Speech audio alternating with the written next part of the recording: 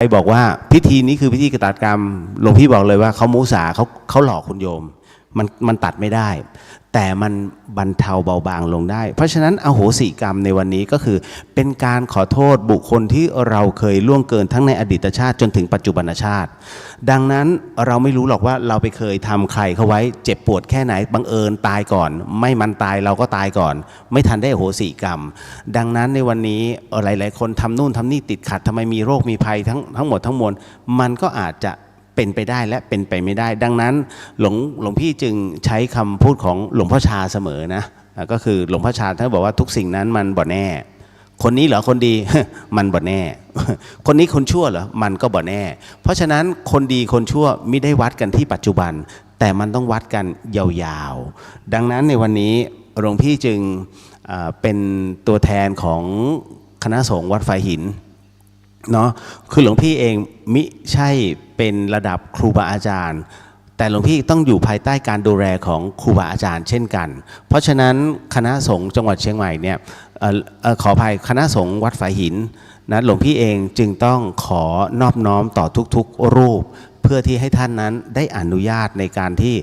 จะทำพิธีอโหสิกรรมในครั้งนี้หลายๆท่านก็ชอบแล้วก็ติดอกติดใจในเรื่องของการทำพิธีอโหสิกรรมจากพระอาจารย์ภัสกร ภูริวัฒโนมาแล้วดังนั้นนี่คือสมบัติอีกหนึ่งชิ้นที่หลวงพี่ท่านได้ทิ้งเอาไว้ให้เนาะก็วันนี้ หลวงพี่ก็เลยเอาจุดตรงนี้ที่หลวงพี่ท่านได้เคยทิ้งเอาไว้ให้เนี่ยเอามาเพื่อที่จะเรียกว่าสงเคราะห์กับหลายๆท่านคุณโยมที่อยู่ณตรงนี้ด้วยรวมไปถึงที่อยู่ทางบ้านด้วยวันนี้ก็ทั่วโลกแหละเพราะว่ามีอีกหลายๆท่านที่รออยู่ช่วงเวลาต่างๆที่ต่างประเทศเนาะสำหรับในการไลฟ์สดหลวงพี่ต้องขออภัยอาจจะเป็นพระที่ต้องใช้โซเชียลให้เป็นประโยชน์มากที่สุดด้วยปกติแล้วคำสั่งหรือว่าลิขิตขององค์สมเด็จพระสังฆราชรูปที่แล้วเนาะสมเด็จพระญาณสังวรพระองค์ท่านเนี่ยท่านมีลิขิตว่าไม่ให้พระเล่นโซเชียลแต่คราวนี้เนื่องจากว่าศาสนาพุทธถูกรุกรานเยอะมากแม้กระทั่งชาวพุทธด้วยกันก็คือการที่ประโคมข่าวทางเสียหายดังนั้นด้วยเราเป็นชาวพุทธมิสามารถที่จะนิ่งนอนใจได้หลวงพี่จริงๆแล้วมีครูบาอาจารย์พระที่เรียกว่าเป็นผู้ที่แสดงพระธรรมเทศนาได้เอกอุระดับต้นๆท่านใช้ท่านไม่สนใจท่านก็ใช้ตรงนี้ท่านบอกว่าเราใช้ในทางที่เหมาะสมและเป็นทางบวกเราประกาศพระพุทธศาสนาทางสื่อโซเชียลมิใช่หวังให้โซเชียลนั้นมาเป็นตัวขายของเราแต่เรานั้นอาศัยว่าจุดนี้เผยแผ่พระธรรมขององค์พระสัมมาสัมพุทธเจ้าดังนั้นหลวงพี่ก็เลยต้องใช้สื่อตรงนี้ให้เป็นประโยชน์จะสังเกตว่าหลวงพี่เวลาโพสต์หลวงพี่จะอธิบายสิ่งที่มันเป็นมาเป็นไปของศาสนาพุทธรวมไปถึงที่รวมถึงข้อธรรมทั้งหลายทั้งปวงเนี่ยก็ขยายแม้แต่การพิจารณาธรรมหลวงพี่ใช้คำว่าธรรมะข้างถนนนั้นนั่นเป็นเพราะว่าเวลาออกไปบิณฑบาตช่วงเช้าหรือว่าเดินทางไปต่างๆนานาหลวงพี่พบเห็นสิ่งต่างๆที่อยู่ริมทางริมถนนเนี่ยบางทีในใจมันผุดขึ้นมาโอ้เฮ้ยมันมีเรื่องราวแบบนี้จริงเหรอหลวงพี่เดินเนี่ยบิณฑบาตในระยะใกล้ๆอยู่ๆมันก็มีไส้เดือนเดินผ่านหน้ามาดึบดึบดึบดึบดึบแล้วรถก็วิ่งมาฟืบในจิตมันฟ้องไปข้างหน้าเลยมึงตายแน่ปรากฏว่ารถมันวิ่งค่อมไส้เดือนหลวงพี่ซึ่งยืนอยู่ตรงนั้นก็มึงรอด มึงรอดคันนี้แต่ดีว่าเส้นทางของวัดฝายหินนั้นรถไม่ค่อยจะวิ่งกันเนาะมันก็มีบางตัวที่แลบอยู่ตายคาล้อก็มีเนาะบางทีเดินอยู่ปุ๊บเราก็มองริมทางมันก็เห็นหนอนนะที่มันตายกลางถนนนะอีกบางตัวก็ไม่ตายมันก็กึบรีบไปจะถึงใบไม้นกมาจากไหนไม่รู้ฝับโอ้โหต่อหน้าพระเลย นั่นแหละหลวงพี่ก็เลยหยิบเอาเรื่องวัฏจักรวงจรชีวิตเอามาเขียนเอาไว้ในธรรมะข้างถนนคือทุกสิ่งเนี่ยเรามองตีเป็น เรื่องราวแต่บางท่านอาจจะมองว่ามันเป็นเรื่องธรรมดาถูกต้องถ้าท่านมองผิวเผินมันคือเรื่องธรรมดาแต่ถ้ามองลึกลงไปนี่คือสิ่งที่องค์พระสัมมาสัมพุทธเจ้านั้นท่านได้สอนอยู่แล้วเป็นวงจรเป็นวัฏสงสารที่สัตว์เองก็มีวงจรของมันมนุษย์เราก็มีวงจรของเราดังนั้นการเกิดแก่เจ็บตายของเรานั้นมีตลอดเช่นการตายแล้วฟื้นหรือการตายแล้วระลึกชาติทุกวันนี้หลวงพี่เนี่ยยัง เขาเรียก50-50ในเรื่องของการระลึกชาติแต่พอได้ประสบพบเจอบุคคลที่เขาระลึกชาติได้จริงๆเนี่ยถึงกับอึ้งเพราะมันมีได้เหรือที่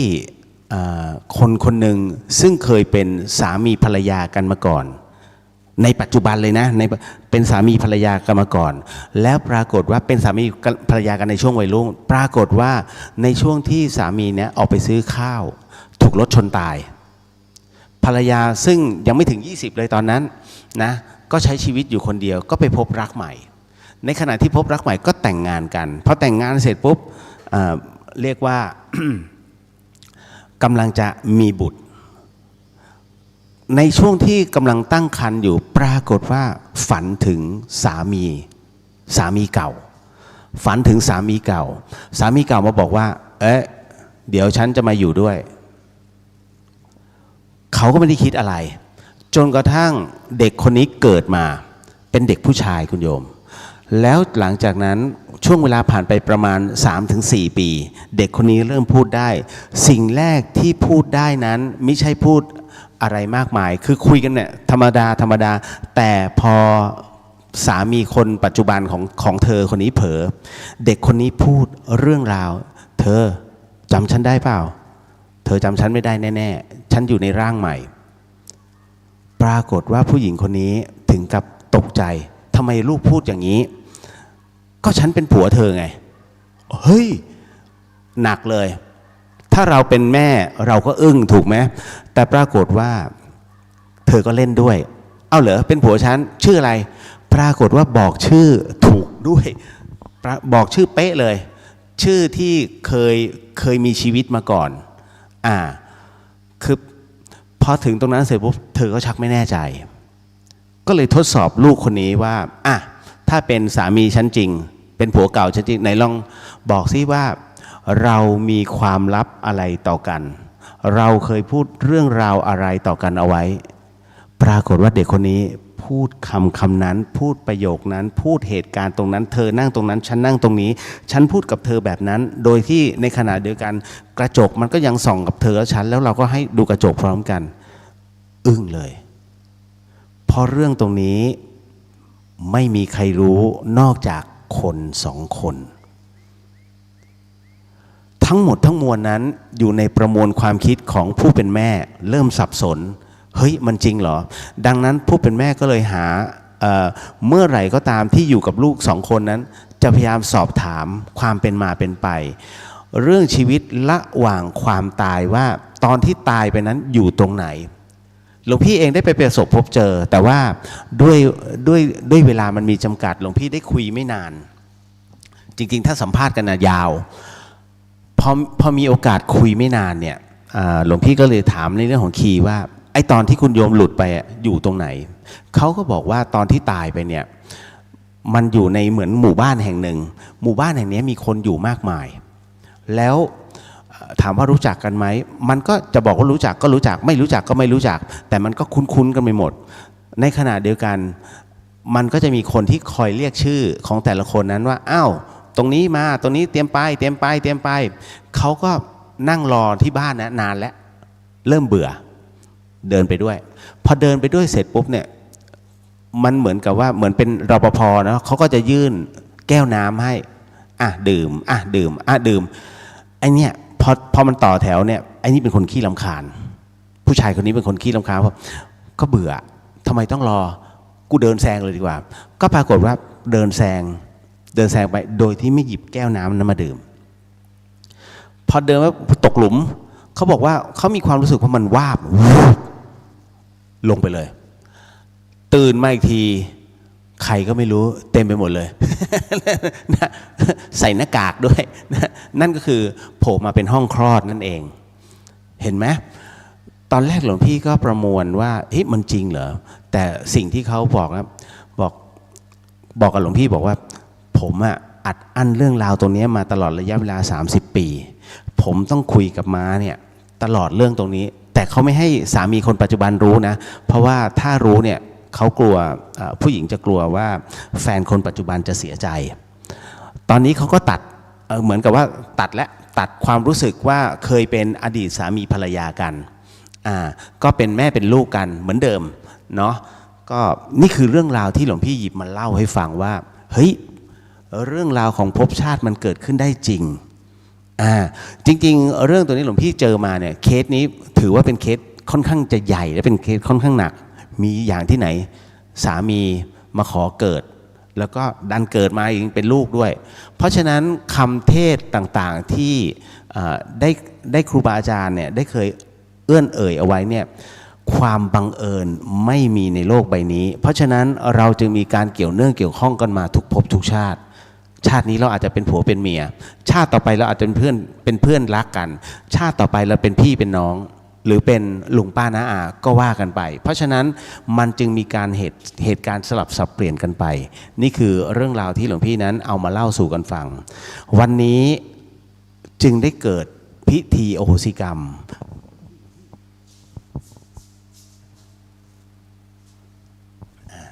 เพราะฉะนั้นในส่วนของ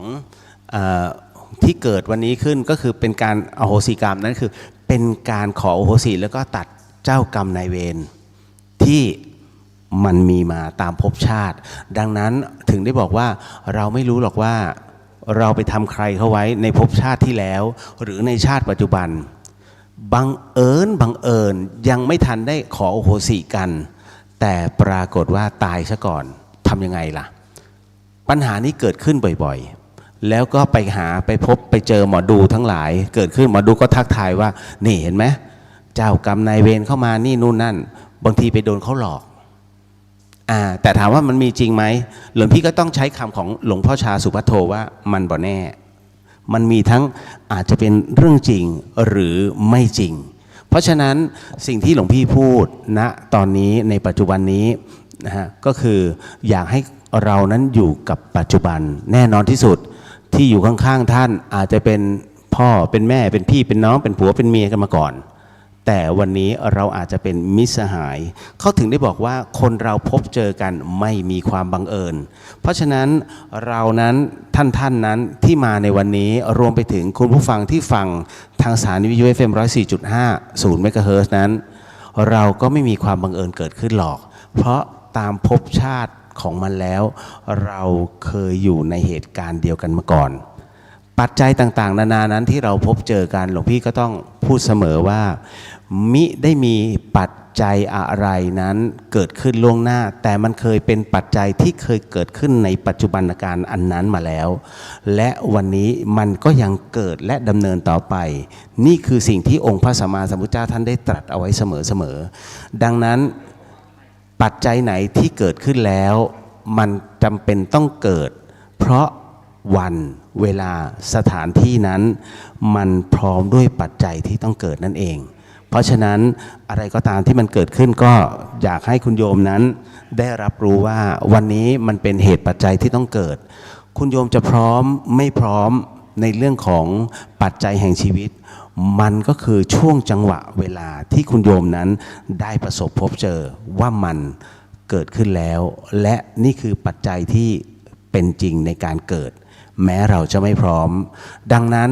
จึงต้องยอมรับในสิ่งที่มันเกิดขึ้นและเมื่อมันเกิดขึ้นแล้วนั้น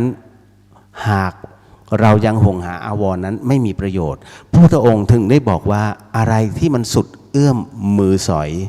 จงปล่อยมันไปเราควรจะคว้าแต่สิ่งดีๆเอาไว้เพราะว่ายังมีสิ่งดีๆอีกมากมายที่รอเราอยู่ในวันข้างหน้าเพราะฉะนั้นการเศร้าโศกเสียใจอะไรลำพันธ์นั้นเกิดขึ้นได้ในตัวตนทุกคนแต่ไม่ใช่เกิดตลอดไปดังนั้นวันนี้เดี๋ยวหลวงพี่ก็ต้องบอกว่าได้รับความเมตตาจากพ่อแม่ครูอาจารย์ของวัดฝ่ายหินเนาะทั้ง พระอาจารย์ท่านพระครูสมุวิศวัตรวรกิจโจซึ่งท่านเป็นผู้อำนวยการสถานีวิทยุ FM 104.50เมกะเฮิรตซ์จังหวัดเชียงใหม่ที่เป็นแล้วก็เป็นเจ้าอาวาสวัดฝายหินรวมไปถึงพระอาจารย์สมัครซึ่งท่านเป็นถึงรองเจ้าอาวาสวัดฝายหินแล้วก็ที่นั่งข้างๆหลวงพี่ก็คือหลวงพี่อู๊ดพระนันทวัฒน์ซึ่งท่านนั้นถือได้ว่าเป็นผู้ที่มีความอึดอดทนเป็นทำขันติบารมีอย่างมากนะเดี๋ยวต้องมีอีกรูปหนึ่งก็คือพระอาจารย์เอื้ออังกูลพอกันฮะทั้งสองรูปนี้ชอบธุดงค์ชอบเดินเป็นชีวิตจิตใจแปลกมากเนาะแต่ในขณะเดียวกันก็ต้องบอกว่ายังมีอีกหลายรูปที่เป็นพ่อแม่ครูอาจารย์ที่วัดฝายหินแต่ท่านก็เก็บตัวเก็บรูปอยู่ด้านบนอันเกิดจากว่าท่านต้องการความสงบแล้วก็มีปัญหาด้านสุขภาพคือนั่งนานไม่ได้นั่นเองคุณโยมเพราะฉะนั้นในวันนี้เสียงจากวัดฝายหินพ่อแม่ครูอาจารย์หลวงพี่เองพระพุทธิสิทธิ์อิทธิปัญโยก็หรือว่าพระเลียวเนาะเดอะเฮียนก็ต้องขออนุญาตชาวบ้านฝายหินเนาะเพราะว่าต่อจากนี้ไปก็คงจะเป็นการเรียกว่าเสียงจะดังขึ้นนะแต่เป็นเสียงแห่งการสวดมนต์ก็คือเป็นช่วงของการทำวัดเย็นคุณโยมท่านใดที่เรียกว่ายังไม่มีตำรับตำราในเรื่องของการทำวัดเย็นเราสามารถกระจาย Wi-Fi ได้ไหม เอาเป็นว่าน้อมจิตตามเช่นกันกรณีของหลวงพี่เองเวลาจะนำอโหสิกรรมเนี่ยทุกๆครั้งไปหลวงพี่ก็จะบอกว่าหากไม่สะดวกในเรื่องของการเอื้อนเอ่ยการเปล่งวาจาก็ให้น้อมจิตตามสำหรับในวันนี้เองเนี่ยน้องพยาบาลที่อยู่ตามบอร์ดต่างๆแล้วก็ติดต่อหลวงพี่เอาไว้ว่าอยากให้ผู้ป่วยจริงๆไม่ต้องบอกว่า ICU หรือว่าตรีทูตมาฟังนะผู้ป่วยโดยทั่วไปก็สามารถที่จะร่วมกันในเรื่องของพิธีโอสิกรรมในวันนี้ได้เพราะว่าที่แจ้งหลวงพี่มาเนี่ยก็3โรงพยาบาลด้วยกันแต่อันนั้นต้องคือหมอใหญ่ไม่อนุญาต ว่าเดี๋ยวหนูจะให้คนไข้นั้นได้แอบฟังหลวงพี่เอาได้ก็จัดไปก็อย่าให้หมอใหญ่ได้รู้แล้วกันเนาะอันนี้คือโรคต่างๆที่มันเกิดขึ้นเนี่ยต้องบอกว่ามันเป็นโรคกรรมมีเจ้ากรรมนายเวรจริงๆที่มันมาคอยหักนี่นู่นนั่นกับเราหักดอกเบี้ยแหละที่สำคัญก็คือต้องบอกว่าฟังหูไว้หูแล้วกันมันบ่แน่เพราะฉะนั้นหลวงพี่เองก็เลยต้องมานั่งตรงนี้แล้วก็เตรียมที่จะสงเคราะห์ใช้คำว่าสงเคราะห์นะไม่ใช่ว่าหลวงพี่ไม่ใช่เกจิอาจารย์หลายๆท่านจะบอกโอ้โหตายแล้วหลวงพี่ไม่อย่าไปคิดอย่างนั้นหลวงพี่ไม่ใช่เกจิคือผู้ชำนาญการหลวงพี่ไม่ใช่ผู้ชำนาญการนี่ที่นั่งอยู่แต่ละรูปเนี่ยท่านบวชมาก่อนหลวงพี่ทั้งนั้นดังนั้นประสบการณ์ในเรื่องของการบวชหรือว่าข้อวัดต่างๆท่านจะแม่นกว่าหลวงพี่เยอะหลวงพี่เป็นแค่นักประชาสัมพันธ์แล้วก็ทำรายการเกี่ยวกับจิตวิญญาณโดยเฉพาะเพราะว่าหลวงพี่มองว่าเฮ้ยมันมีจริงเหรอเพราะหลวงพี่ไม่เคยเชื่อมาก่อนในเรื่องราวของจิตวิญญาณชีวิตหลังความตายมันเป็นยังไงการที่หลวงพี่มาบวชเพราะหลวงพี่สนใจแล้วพอเราได้รับรู้ว่าเฮ้ยถ้าอยากรู้นายเคยนั่งสมาธิไหมไม่เคยนึกในใจผมมาเกียดจะตายเพราะอันนั้นโดนหลวงปู่ทักไงเคยนั่งสมาธิไหมเคยรักษาศีลไหมโอ้ผิดประจำ จะใช้คำว่ารักษาหลวงปู่ใช้คำว่าทำลาย ถนัดกว่าเยอะตอนนั้นเนาะมันก็เลยทำให้เราไม่เข้าถึงจนกระทั่งเราต้องไปประสบเหตุหรือประสบพบเจอบางอย่างที่มันทำให้เฮ้ยลองสนใจหน่อยนะเพราะว่าหลวงพี่ตามพระอาจารย์ภาสกรไปแต่ละที่เนี่ยทุกคนเนี่ยก้มกราบพระอาจารย์ภาสกรและเรามีความรู้สึกว่าเอ๊ะทำไมเขาศรัทธาหลวงพี่จังขนาดนั้นถึงเป็นพี่ชายเรานะเราก็ลองตามท่านดูข้อธรรมต่างๆที่ท่านพูดข้ออะไรต่างๆนานาที่ท่านเอามาพูดนั้นมันลิงก์กับวิทยาศาสตร์เสมอท่านเหมือนจะดูเอาวิทยาศาสตร์นำแต่จริงไม่ใช่ท่านเอาวิทยาศาสตร์นั้นไปตามพระพุทธศาสนาเพราะพระพุทธศาสนาคือแก่นแท้ของทุกวิชาดังนั้นหลวงพี่ภาสกรนั้นจึงให้เห็นว่าเรื่องราวต่างๆที่วิทยาศาสตร์มันพิสูจน์เนี่ยมันพิสูจน์ได้แค่ตรงนี้แต่เรื่องราวบางเรื่องที่องค์พระสัมมาสัมพุทธเจ้านั้นได้ค้นพบแล้ว 2,600 กว่าปีที่ผ่านมานั้นมากกว่านั้นมากมายเนาะเพราะฉะนั้นเดี๋ยววันนี้เดี๋ยวรอสักครู่หนึ่งรอพระอาจารย์ท่านจูนเครื่องก็จะเป็นการร่วมทำวัดเย็น เนาะเพราะฉะนั้นบททำวัดเย็นนั้นมีใน Google ไม่ใช่มีในหนังสือสวดมนต์อย่างเดียวอันนี้ท่านพระครูโอปอมาแล้วเนาะเนี่ยสาธุนี่มาอีกรูปนะครับหลวงพี่ถ้าพระอาจารย์เอื้ออังกูลอีกหนึ่งรูปที่ทุดงโหดมากประเทศไทยยันอินโดนีเซีย ด้วยเท้าเนาะอีกรูปหนึ่งมาแล้วถ้าอาจารย์ศรีคเนศบอกแล้วแต่ละรูปบนวัดไฟหินเนี่ยไม่เคยบอกเลยว่าแต่ละรูปคือพระปฏิบัติแต่ท่านจะเก็บตัวแล้วก็เรียกว่าชีวิตใครชีวิตมันบำเพ็ญก็ได้ไม่บำเพ็ญก็ไม่ได้แล้วแต่เพราะฉะนั้นที่นี่จึงเงียบสงบคุณโยมมาเฮ้ยพระไปไหนหมดวะอ๋ออยู่ในกุฏิบางที่ก็ท่านก็ไปนะเพราะนั้นการเดินทางของแต่ละรูปนั้นจึงมีวิถีที่ต่างกันไปเนาะอันนี้หลวงพี่ก็ต้องบอกก่อนเดี๋ยวหลังจากที่ทำวัดเย็นก็เราไม่เสียเวลามากเราจะใช้ช่วงเวลาในการทำวัดเย็นนั้นจบลงแล้วหลังจากนั้นจะเป็นการแสดงประถมเทศนาสั้นๆสลับสับเปลี่ยนกันไปก็คือท่านพระครูสมุวิศวัตรวรกิโจหลวงพี่จะบอกว่าญาติธรรมที่นั่งอยู่ในบริเวณนี้เป็นการดีที่สุดแล้วท่านแต่ละท่านโชคดีที่สุดแล้วเพราะว่าตลอดระยะเวลา10 ปีที่ผ่านมาหลวงพี่เองก็ยังอยากจะฟังพระอาจารย์พระครูสมุวิศวัตรแสดงองค์ธรรมแต่วันนี้ก็เลยบอกขออาจารย์ว่าคือพระอาจารย์เนื่องจากว่ามีปัญหาสุขภาพด้วยแล้วท่านต้องดูแลในส่วนของการถ่ายทอดหลวงพี่จึงขอโอกาสท่านแค่ 5-7 นาทีในเรื่องขององค์ในองค์ธรรมและหลวงพี่ก็จะสลับสับเปลี่ยนกันไปเป็นการเสวนาก็คือเป็นปาฐกถาในเรื่องของธรรมะในวันนี้นี่แหละแล้วตามด้วยพิธีอโหสิกรรมแต่ณตรงนั้นเองอย่างที่หลวงพี่เกริ่นเอาไว้ว่าที่นั่งอยู่ตรงนี้ตรงหน้าหลวงพี่เองเป็นพระรุ่นใหญ่ท่านเป็นพ่อแม่ครูบาอาจารย์แต่ละรูปเนี่ยเกือบ10 พรรษาเพราะฉะนั้นหลวงพี่ต้องให้ความเคารพทุกรูปดังนั้นในวันนี้ก่อนที่จะเข้าไปสู่การนั่งกรรมฐานหลวงพี่เกรงใจท่านอันนี้ก็เลยต้องขอนอบน้อมกับพระอาจารย์ทั้งหมดทั้งมวลเนี่ยว่าหากท่านสะดวกหรือไม่สะดวกอย่างไรท่านสามารถที่จะกลับยังกุฏิเพื่อพักผ่อนได้อันนี้ต้องบอกไว้ก่อนเพราะว่าท่านแต่ละรูปนั้นตรากตรำพอสมควรไม่ใช่อะไรเลยนะเพราะว่าท่านก็มีศาสนกิจที่ท่านปฏิบัติอยู่แล้วทุกๆวันดังนั้นหลังจากนี้ไปเนี่ยช่วงต่อจากนี้หลังจากที่ได้แสดงเป็นองค์ธรรมเป็นที่เรียบร้อยเราจะเข้าสู่การทำกรรมฐานน้ำเย็นกันเนาะพอไม่ได้นานคุณโยมแต่หลวงพี่ต้องให้ขึ้นกรรมฐานแล้วก็ต้องเรียกว่าแผ่เมตตาในบทกรรมฐานนั้นให้จบก่อนแล้วหลังจากนั้นเราค่อยมาประกาศอโหสิกรรมกันเพราะหลวงพี่ต้องอาศัยเขาเรียกทีเผลอของเจ้ากรรมนายเวรในขณะที่จิตคุณโยมว่างอยู่มันยังไม่เข้ามาไอ้ตัวที่ก่อให้เกิดเรื่องไม่เข้ามาเมื่อมันไม่เข้ามาเสร็จปุ๊บดึงได้ส่งได้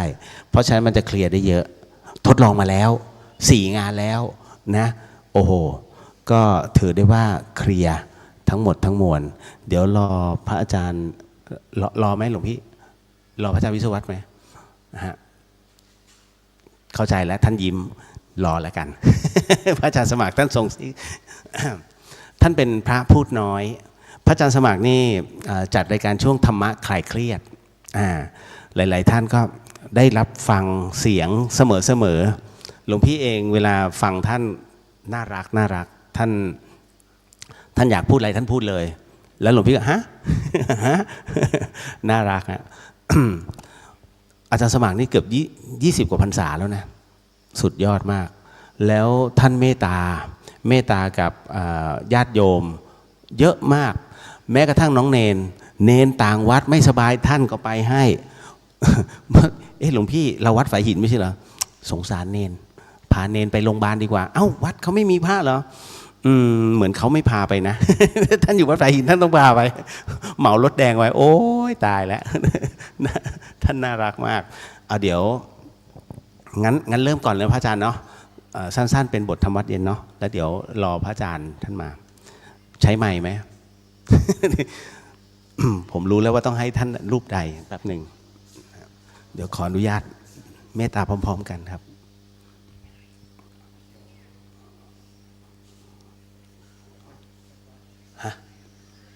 อ๋อ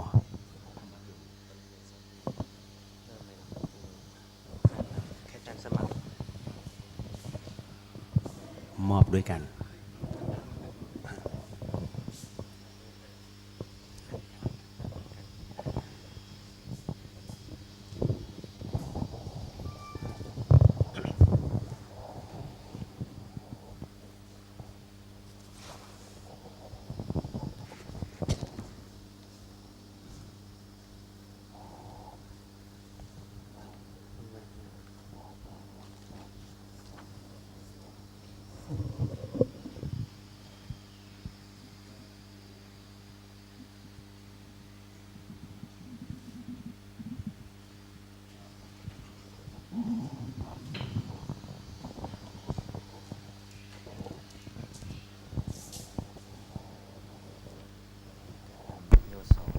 เดี๋ยวคุณโยมท่านใดที่ไม่สามารถหรือว่าไม่ถนัดทำวัดเย็นก็ให้นอบน้อมจิตตามหรือว่าเข้าอยู่ในสมาธิเนาะเดี๋ยวตรงนี้เดี๋ยวพระท่านจะทำวัดเย็นกัน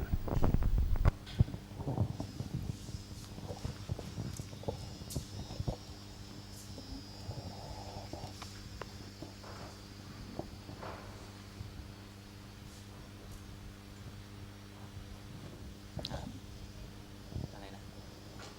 ฮะ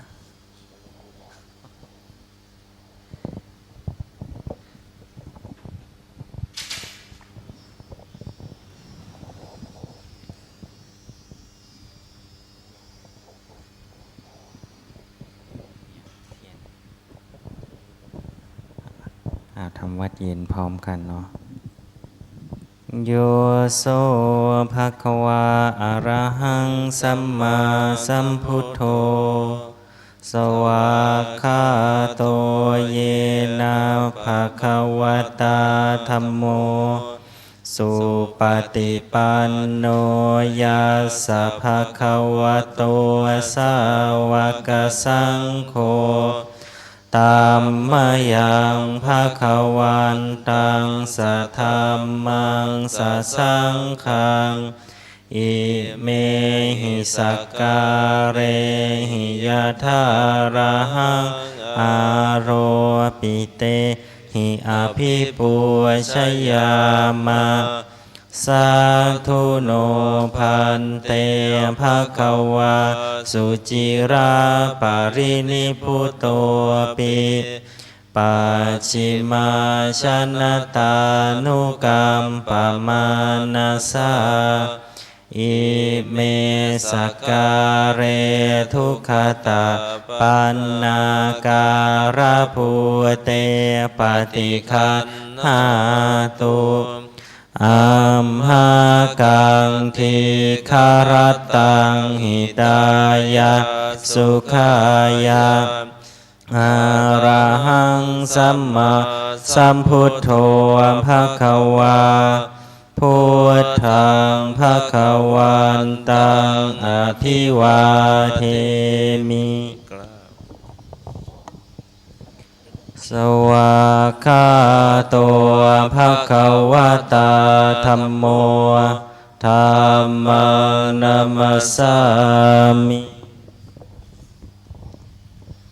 สุปฏิปันโนภะคะวะโตสาวกสังโฆสังฆังนะมามิอันธรรมยังพุทธัสสะภะคะวะโตปุพพาคณมการันเจวะพุทธานุสตินยัญจากโรมาเสนะโมตัสสะภะคะวะโตอะระหะโตสัมมาสัมพุทธัสสะนะโมตัสสะภะคะวะโตอะระหะโตสัมมาสัมพุทธัสสะนะโมตัสสะภะคะวะโตอะระหะโตสัมมาสัมพุทธัสสะตังโฆปันนาภะคะวันตังเอวะกัลยาโนกิตติสัทโธอภุคคโต อิติปิโสภะคะวะอะระหังสัมมาสัมพุทโธวิชชาจารณะสัมปันโนสุขโตโลกวิทูอนุตตโรปุริสธรรมสารติสัทธาเทวมนุษย์สานังพุทโธภควาติหันธรรมยังพุทธาภิกขิติงกโรมาเสพุทธวาระหันตวรตาทิคุณาพิยุตโตสุทาพิยานาการุณาหิสัมมาคตโตโพเทสิโยสุชานาตากามลังวสุโรวันธา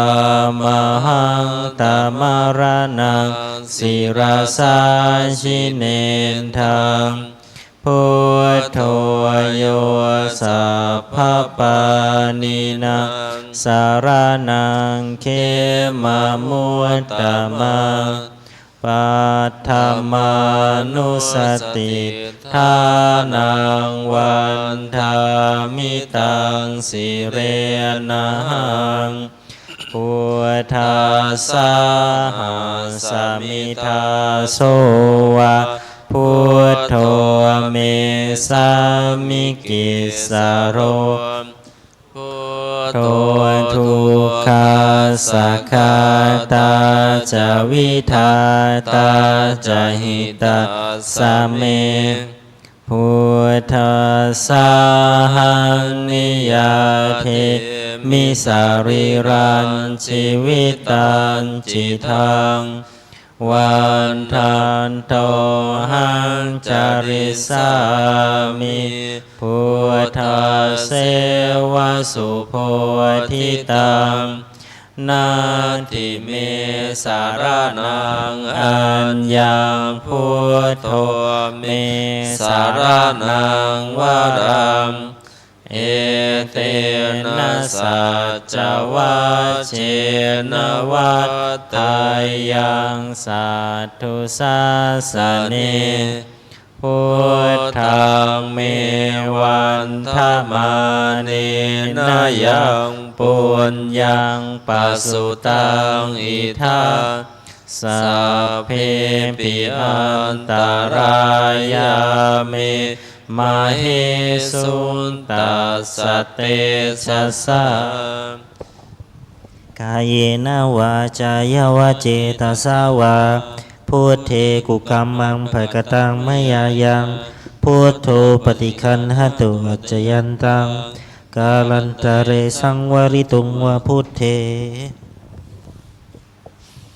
อันธรรมยังธรรมานุสตินยังกโรมาเสสวากขาโตภะคะวะตาธัมโมสันทิฏฐิโกอาการิโกเอหิปัสสิโกโอมปนัยยิโกปัจจตังเวทิตาโพวินโยหิติหันธรรมยังธรรมาภิกขิติงคโรมาเสสวากขาตตาทิคุณโยขาวเสนะไสโยโยมาคปะกะปริยาติวิโมกขเพโทธัมโมกุโลกะปตันนาตถาธาริธาริวันธามหังตมหารังวรธรรมเมตังธัมโมโยสัพพปานินังสารนังเขมามุตตมังทุติยานุสติทานังวันธามิตังสิเรนังธ ธัมมัสสาหาสมิทาโสวะธัมโมเมสามิกิสสโรธัมโมทุกขาสัคคาตาจวิทาตาจหิตาสเมธัมมัสสาหังนิยาเทมิสารีรังชีวิตังจิตังวันทันโตหังจาริสามิธัมมัสเสวสุธัมมกังนาทิเมสารนังอัญญังธัมโมเมสารนังวรังเอเตนะสัจวะเจนะวัฏฐายังสัตตุสาสเนธัมมังเมวันธมาเนนะยังปุญญาปัสสุตังอิทัสสัพเพปิอันตรายามิมาเหสุงตัสสะเตชะสากายนวาจายวเจตสาวาธัมเมกุกัมมังภคตังมยายังธัมโมปฏิคันหตุจยันตังกาลันตเรสังวริตุงวาธัมเมธรรมยังสังขานุสตินยังกโรมาเสสุปฏิปันโนภะคะวะโตสาวกสังโฆอุชุปฏิปันโนภะคะวะโตสาวกสังโฆยายาปฏิปันโนภะคะวะโตสาวกสังโฆสามีจิปฏิปันโนภะคะวะโตสาวกสังโฆยาทิทางจัตตาริปุริสยุคานิอัตถปุริสปุคคลาเอสะภะคะวะโตสาวกสังโฆอาหุนายโยปาหุนายโยทักขินายโยอัญชลิการณิโยอนุตตรังปุญญเขตังโลกัสสาติหันธรรมยังสังฆาภิคิติงกโรมาเสสัทธรรมโชสุปฏิปัตติคุณาทิยุตโตโยทัพพิโทอริยบุคคารสังคเสโทศีลาทิธรรมปวาราสยกายจิตโตวันธามหังตมริยานคณะสุทังสังโฆโยสัพพปานินังสารนังเขมมุตตมังตันติยานุสติทานังวันธามิตังสิเรนะหังสังฆาสาหาสมิทาโสวะสังโฆเมสามิกิสสโรสังโฆทุกขาสัคคาตาจวิทาตาจหิตาสเมคาสาหังนิยาเทมิสารีรันชีวิตังจิตังวันทันโตหังจาริสามิสังฆาโสปฏิปันนตังนาทิเมสารนังอัญญังสังโฆเมสารนังวารังเอเตนะสัจวะเจนะวัฏฐายังสัตตุสาสเนสังฆังเมวันธมาเนนะยังปุ ปุญญังปัสสุตังอิทัสสัพเพปิอันตรายามิมาเฮสุงตัสสะเตชะสะกายนวาจายวเจตสาวาสังเคกุกัมมังภกตังมยายังสังโฆปฏิคันหันตุอัจจยันตังการันตเรสังวริตุงวสังเค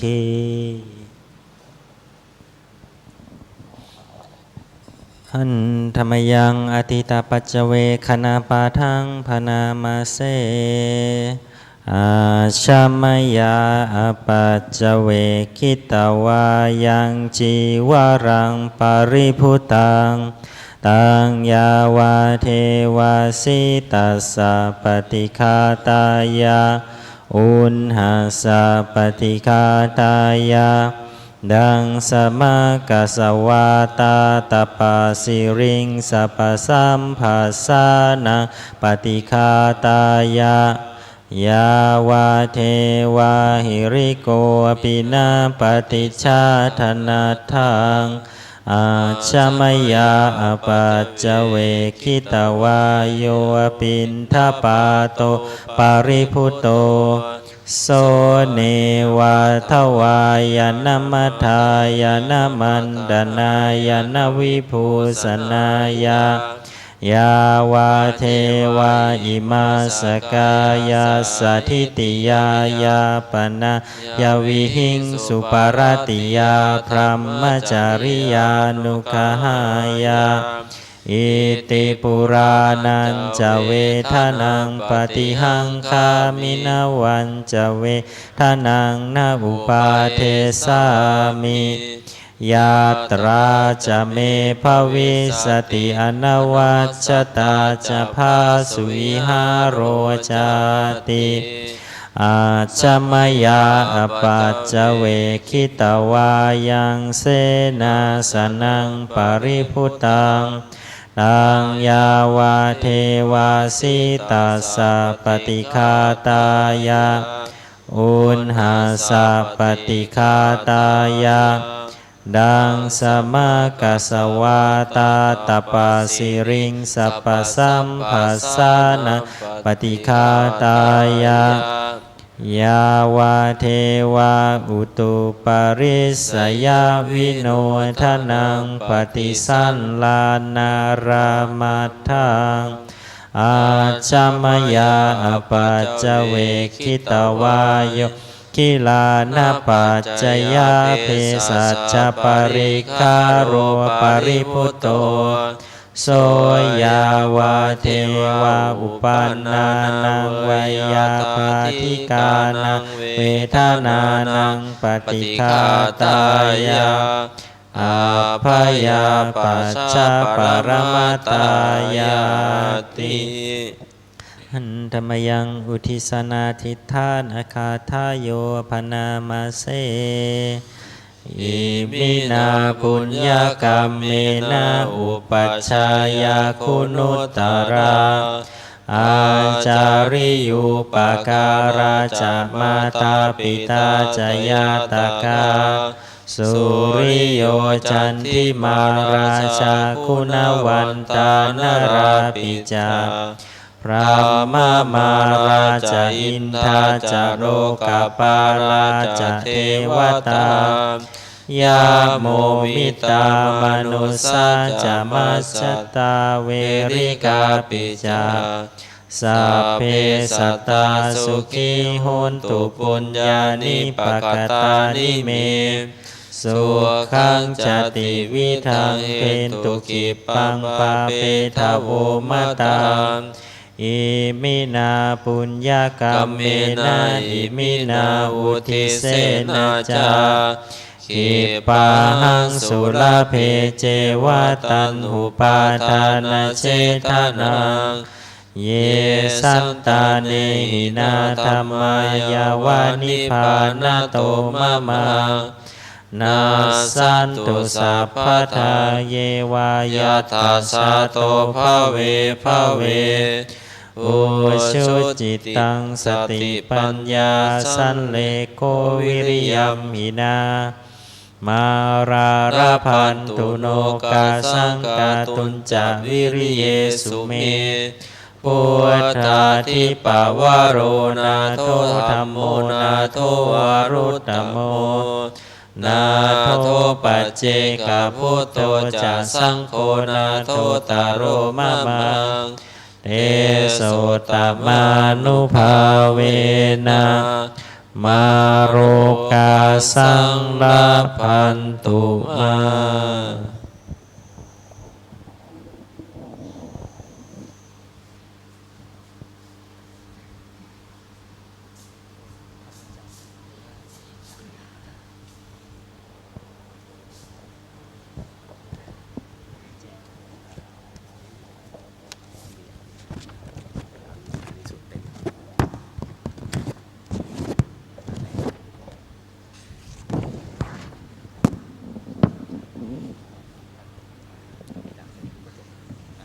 เดี๋ยวเราก็จะสวดบทธรรมจักรกับปวัตนสูตรเนาะเป็นบทในหนังสือเล่ม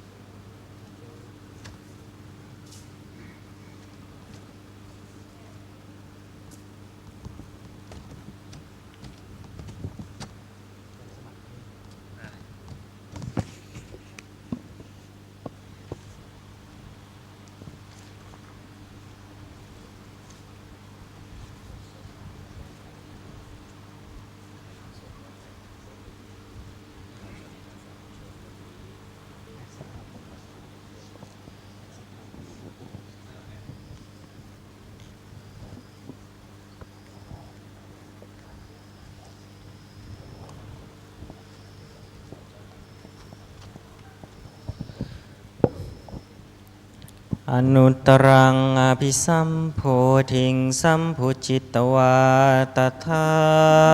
คโตปัทมังยังอเทเสสิธัมมจักกังอนุตตรังสัมมาเทวะปวัตเตนโตโลเกอัปปติวัตติยังยัตถาคาตาอุโภอันตาปฏิปัตติจมัตชิมาจตุสวาริยสัจเจสุวิสุทธังญาณทัสสนังเทสิตังธรรมราเชนะสัมมาสัมโพธิกิตตนังนาเมนะวิสุตังสุตังธรรมจักกับปวัตตนังไวยากรณปาเทนะสังคีตันตัมพนามะเสเอวัมเมสุตังเอกังสมัยยังภควาภาราณสิยังวิหารติอิสิปตะเนมิคทาเยตัตระโคภควาปัญจวัคคีเยภิกขุอามาเตสิทเวเมภิกขเวอันตาปะภาชิเตนะนะเสวิตาพายโยจายังกาเมสุกามสุขัลลิกานุโยโคหิโนคัมโมปุถุชานิโกอนาริโยอนัตถสันหิโต โยจายังอัตตกิลมัฏฐานุโยโคทุกโขอนาริโยอนัตถสันหิโตเอเตเตภิกขเวอุโภอันเตอนุปคัมมมัชชิมาปฏิปทาตัทธาคเตนะอภิสัมพุทธาจักขุการณีญาณการณีอุปสัมมาอภิญญายสัมโพธายานิพพานายสังวัตติกัตตมาจะสาภิกขเวมัชชิมาปฏิปทาตัทธาคเตนะอภิสัมพุทธาจักขุการณีญาณการณีอุปสัมมายาอภิญญายสัมโพธายานิพพานายสังวัตติอายะเมวะอริโยอาทังคิโกมาโคไสยทิทาสัมมาทิฏฐิสัมมาสังกัปปะสัมมาวาจาสัมมากัมมันโตสัมมาอาชีวะสัมมาวายาโมสัมมาสติสัมมาสมาธิอายังโคสาภิกขเวมัชชิมาปฏิปทาตัทธาคเตนะอภิสัมพุทธาจักขุการณีญาณการณีอุปสัมมายาอภิญญายสัมโพธายานิพานายสังวัตติอิทังโคปนภิกขเวทุกขังอริยสัจจังชาติปิทุกขาชาราปิทุกขามรณะปิทุกขังโสกปริเทวทุกขโทมนัสสุปายาสาปิทุกขาอัปปิเยหิสัมปโยโกทุกโขปิวิปโยโคทุกโขยัมปิ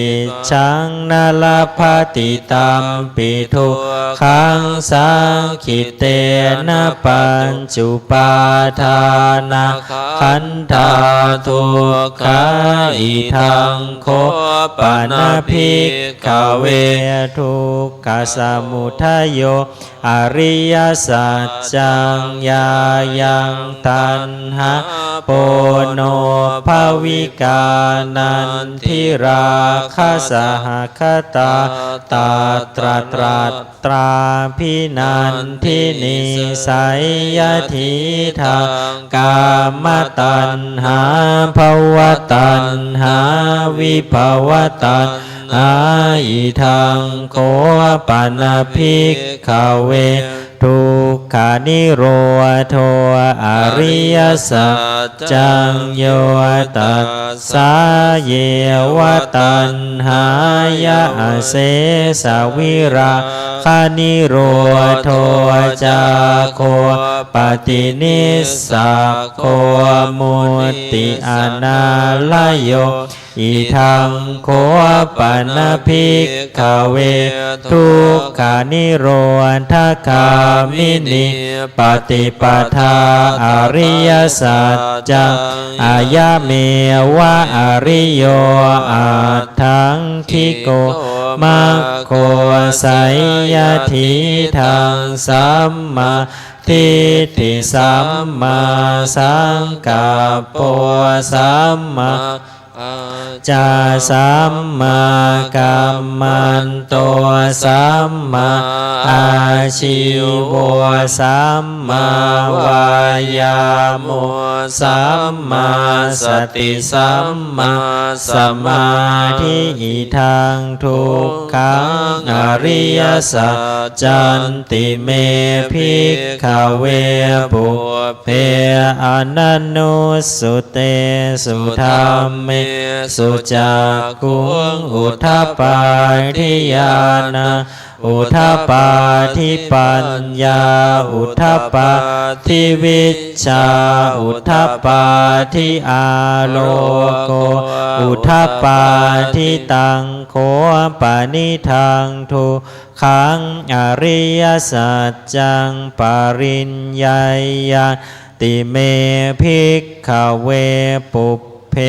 อนันโนสุเตสุธรรมเมสุจักขุงอุทธัปปาทิญาณอุทธัปปาทิปัญญาอุทธัปปาทิวิชชาอุทธัปปาทิอาโลโกอุทธัปปาทิตังโคปานิทาทุกขังอริยสัจจังปริญญาตันติเมภิกขเวปุเพอนันนุสุเตสุธรรมเมสุจักขุงอุทธัปปาทิญาณอุทธัปปาทิปัญญาอุทธัปปาทิวิชชาอุทธัปปาทิอาโลโกอุทธัปปาทิทางทุกขสมุทัยโยอริยสัจจันติเมภิกขเวปุเพอนันนุสุเตสุธรรมเมสุจักขุงอุทธัปปาทิญาณอุทธัปปาทิปัญญาอุทธัปปาทิวิชชาอุทธัปปาทิอาโลโกอุทธัปปาทิตังโคปานิทังทุกขสมุทัยโยอริยสัจจังปหาตัพพันติเมภิกขเวปุเพอนันนุสุเตสุธรรมเมสุจักขุงอุทธัปปาทิญาณอุทธัปปาทิปัญญาอุทธัปปาทิวิชชาอุทธัปปาทิอาโลโกอุทธัปปาทิตังโคปานิทังทุกขสมุทัยโยอริยสัจจังปายนันติเมภิกขเวปุเพอนันนุสุเตสุธรรมเมสุจักขุงอุทธัปปาทิญาณอุทธัปปาทิปัญญาอุทธัปปาทิวิชชาอุทธัปปาทิอาโลโกอุทธัปปาทิทางทุกขานิโรธอริยสัจจันติเมภิกขเวปุเพอนันนุสุเตสุธรรมเมสุจักขุงอุทธัปปาทิญาณอุทธัปปาทิปัญญาอุทธัปปาทิวิชชาอุทธัปปาทิอาโลโกอุทธัปปาทิตังโคปานิทาทุกขานิโรธอริยสัจจังสัจจิกาตัพพันติเมภิกขเวปุเพอนันนุสุเตสุธรรมเมสุจักขุงอุทธัปปาทิญาณอุทธัปปาทิปัญญาอุทธัปปาทิวิชชาอุทธัปปาทิอาโลโกอุทธัปปาทิตังโคปานิทัง นิโรโทอริยสัจจังสัจจิกตันติเมภิกขเวปุเพอนันโนสุเตสุธัมเมสุจักขุงอุทธัปปาทิญาณังอุทธัปปาทิปัญญาอุทธัปปาทิวิชชาอุทธัปปาทิอาโลโกอุทธัปปาทิอิทังทุกขานิโรธคามินีปฏิปทาอริยสัจจันติเมภิกขเวปุเพอนันโนสุเตสุธัมเมสุจักขุงอุทธัปปาทิญาณังอุทธัปปาทิปัญญาอุทธัปปาทิวิชชาอุทธัปปาทิอาโลโกอุทธัปปาทิตังโขปานิธรรมทุกขานิโรธคามินีปฏิปทาอริยสัจจังภาเวตาพันติเมภิกขเวปุเพอนันโนสุเตสุธัมเมสุจักขุงอุทธัปปาทิญาณังอุทธัปปาทิปัญญาอุทธัปปาทิวิชชาอุทธัปปาทิอาโลโกอุทธัปปาทิตังโขปานิทางทุกขานิโรธคามินิปฏิปทาอริยสัจจังภาวิตันติเมภิกขเวปุเพอนันโนสุเตสุธัมเมสุจักขุงอุทธัปปาทิญาณังอุทธัปปาทิปัญญาอุทธัปปาทิวิชชาอุทธัปปาทิอาโลโกอุทธัปปาทิยาวากีวันจะเมภิกขเวอิเมสุจตุสุอริยสัจเจสุเอวันติปริวัตตังทวาทัสสาการังยะถาภูตังญาณทัสสะนังนสุวิสุทธังอโหสิเนวตาวาหังภิกขเวสะเทวะเกโลเกสะมาระเกสะพรหมเกสะสมณพราหมณิยาปัชายาสะเทวมนุสสายะอนุตตรังสัมมาสัมโพธิอภิสัมพุทโธปัจจัญญาสิงยโตจักโขเมภิกขเวอิเม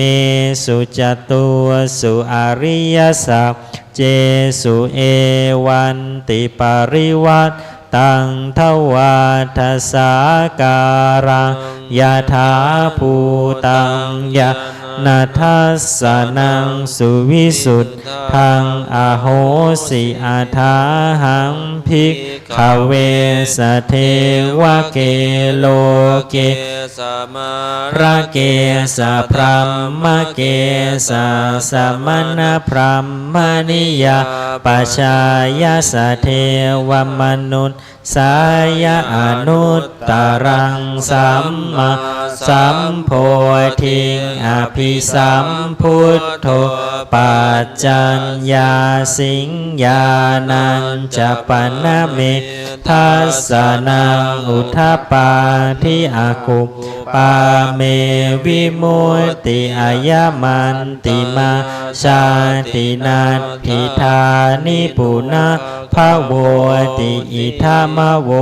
จะภคะวาอัตตมนาปัญจวัคคิยาภิกขุภคะวะโตภาสิตังอภินันทุอิมัสสมิงจะปนะวัยยะการนัสสมิงพัญญมาเนอายะสมะโตโกนทัญญาสวิราชา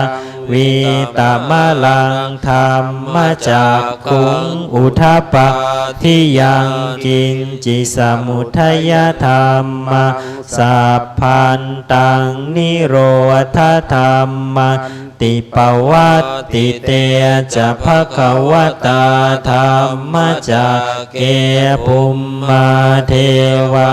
สัทธมนุสาเวสุงเอตัมภควตาภารณสิยาอิสิปตะเนมิกทาเยอนุตตรังธรรมจักกังปวัตติตังสัพปฏิวัตติยังสมเนนวาพรหมเนนวาเทเวนวามาเรนวาพรหมุนาวาเกณจิวาโลกัสสมินติภูมิมานังเทวานังสัทธาสุตวาจาตุมหาราชิกาเทวาสัทธมนุสาเวสุงจาตุมหาราชิกานังเทวานังสัทธังสุตวาตาวติงสาเทวาสัทธมนุสาเวสุงตาวติงสานาเทวานังสัทธังสุตวายามาเทวาสัทธมนุสาเวสุงยามานังเทวานังสัทธาสุตวะตุสิตาเทวาสัทธมนุสาเวสุงตุสิตานาเทวานังสัทธังสุตวะนิมมานรติเทวาสัทธมนุสาเวสุงนิมมา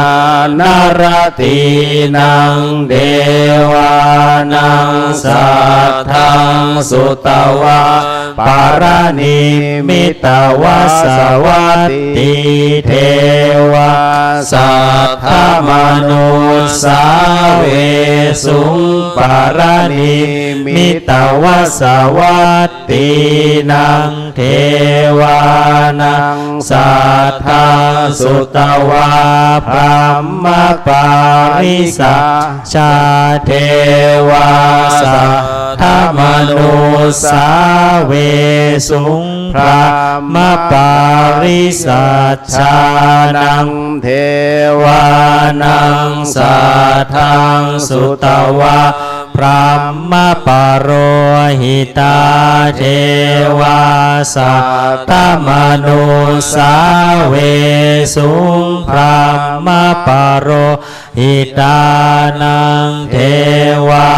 นังสัทธังสุตวามหาพรหมเทวาสัทธมนุสาเวสุงมหาพรหมนังเทวานังสัทธังสุตวะปริตตาภาเทวาสัทธมนุสาเวสุงปริตตาภานังเทวานังสัทธังสุตวะอัปปมานาภาเทวาสัทธมนุสาเวสุงอัปปมานาภานังเทวานังสัทธังสุตวะอาภัสสราเทวาสัทธมนุสาเวสุงอาภัสสรานังเทวานัง สัทธังสุตวาปาริตตสุภาเทวาสัทธมนุสาเวสุงปาริตตสุภานังเทวานังสัทธังสุตวาอัปปมาณสุภาเทวาสัทธมนุสาเวสุอัปปมาณสุภานังเทวานังสัทธังสุตวาสุภากินนาหากาเทวาสัทธมนุสาเวสุงสุภากินนาหากานังเทวานังสัทธังสุตวาเวหะภาลาเทวาสัทธมนุสาเวสุงเวหาภาลานังเทวานังสัทธังสุตวาอวิหาเทวาสัทธมนุสาเวสุงอวิหานังเทวานังสัทธังสุตวาอัตตปาเทวาสัทธมนุสาเวสุงอัตตปานังเทวานังสัทธังสุตวาสุทัสสะเทวาสัทธมนุสาเวสุสุทัสสะนังเทวานังสัทธังสุตวาสุทัสสีเทวาสัทธมนุสาเวสุสุทัสสีนังเทวานังสัทธังสุตวาอากานิทากาเทวาสัทธมนุสาเวสุงเอตัมภคะวตาภารณสิยังอิสิปตะเนมิคทาเยอนุตตรังธรรมจักกังปวัตติตังสัพปฏิวัตติยังสามเณรวาพรามเณรวาเทเวนวามาเรนวาพราหมุนาวาเกณจิวาโลกัสสมินติอิติหะเตนะคะเนนะเตนะมุหุตเตนะยาวะพรหมโลกาสัทโธอาภุคาจิอายัญจัทธัสสะสหสีโลกธาตุสังกัมปิสัมปะกัมปิสัมปะเวทิอัปปมาโนจะโอลาโรโอภาโสโลเกปาตุระโห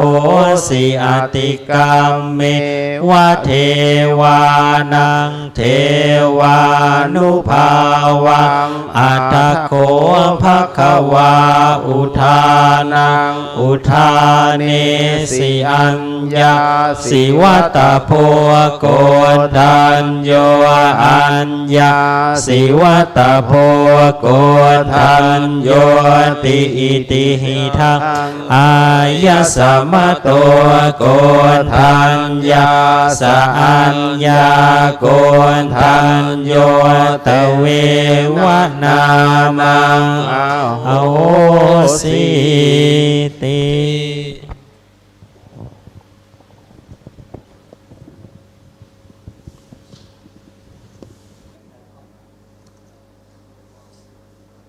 เดี๋ยวขออนุญาตทุกท่านนั่งสมาธิเนาะคร่าวๆนิดหนึ่งก่อนที่ท่านพระครูสมุวิศวัตรวรกิจโจซึ่งท่านเป็นเจ้าอาวาสนั้นองค์ประธานได้เจ จะมาร่วมเป็นผู้แสดงปฐมเทศนา เราใช้ว่าเป็นเสวนาธรรมเบื้องต้นในค่ำคืนแห่งวันอาสาฬหบูชาในวันนี้ ก็ขอเรียนเชิญทุกท่านที่ดูทางออนไลน์ด้วย แล้วก็ที่อยู่ณตรงนี้แล้วก็ที่ฟังทาง FM 104.50 เมกะเฮิรตซ์หลวงพี่ก็ขอให้ทุกท่านนั้นได้เข้าสู่สมาธิตามอัตภาพเนาะแล้วอีกสักครู่หนึ่งเดี๋ยวเราไปเข้ากรรมฐานกันหลังจากที่จบในส่วนของการปาฐกถาจากท่านพระครูสมุวิศวัตรวรกิโจครับ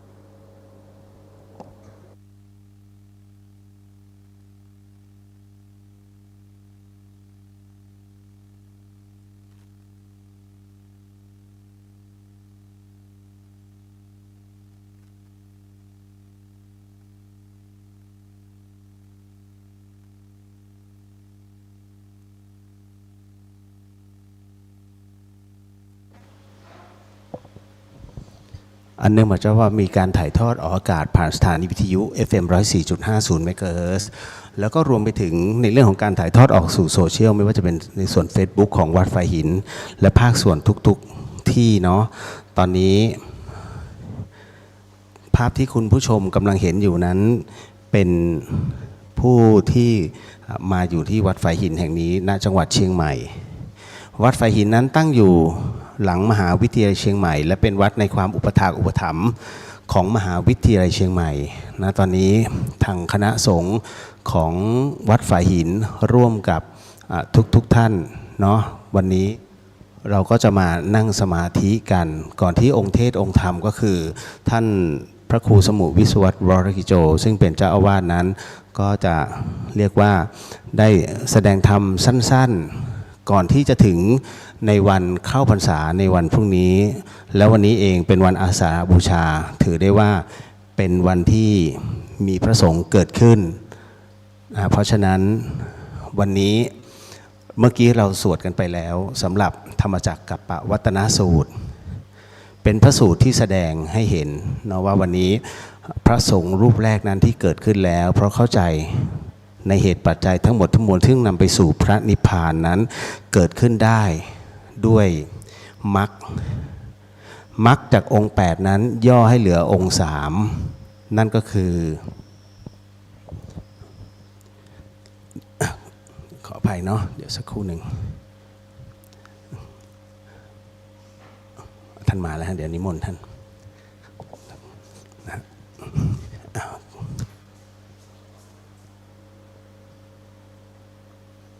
ก็ปกติแล้วเราจะไม่เคยได้ยินนะพระอาจารย์ท่านแสดงธรรมวันนี้หลวงพี่เป็นพระผู้น้อยก็เลยขออนุญาตบังคับพระผู้ใหญ่ ก็แสดงเป็นการเสวนาธรรมนะคุณโยมเพราะฉะนั้นเนี่ยวันนี้เราไม่ได้ซีเรียสแต่ว่าเราใช้เป็นการน้อมใจแล้วกันวันนี้จะเป็นโอวาทสั้นๆของท่านพระครูสมุวิศวัตรวรกิโจเพราะว่าวันพรุ่งนี้เป็นวันเข้าพรรษาแล้วนะตรงนี้นี่เองพระอาจารย์ก็อยากจะมีข้อธรรมเล็กๆเอาไว้ให้เราปฏิบัติเนาะสำหรับในช่วงเทศกาลตรงนี้1 ไตรมาสก็นิมนต์กราบพระเดชพระคุณครับ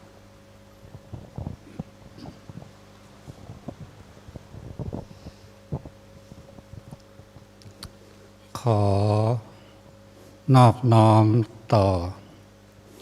พระสัมมาสัมพุทธเจ้าถึงแม้ว่าจะปรินิพพานนานแล้วขอคารวะครูบาอาจารย์ที่ให้ความรู้ หลักธรรม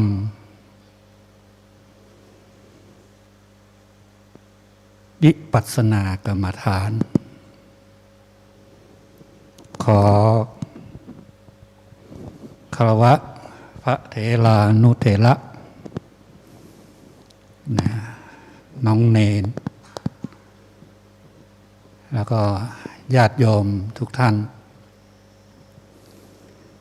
ก็ถือว่าเป็นโอกาสที่ดีนะเอามือลงได้เนาะนะท่านรูปใดที่นั่งกรรมฐานอยู่ภาวนาอยู่ในใจก็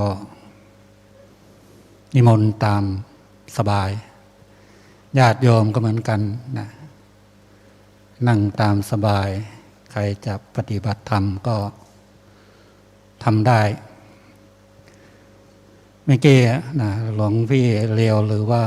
โยมท่านนิกอาจารย์จะเรียกว่าพานิกเนาะไปนิมนต์มาพูดเมื่อกี้ก็เลยเตรียมไว้ประมาณ3 ชั่วโมงอันนี้ก็บอกว่าอาจารย์จะให้5 นาทีคงไม่ได้แล้วนิกอย่างน้อยต้อง3 ชั่วโมงที่วัดฝายหินแห่งนี้วันนี้เป็นวันแรกในรอบ20 ปีนะไม่เคยพูดจะหลีกเลี่ยงการพูดเป็นส่วนใหญ่นะแม้แต่หลวงพ่ออดีตเจ้าวาดวัดฝายหินท่านก็นิมนต์ให้พูดก็ไม่ค่อยพูดเท่าไหร่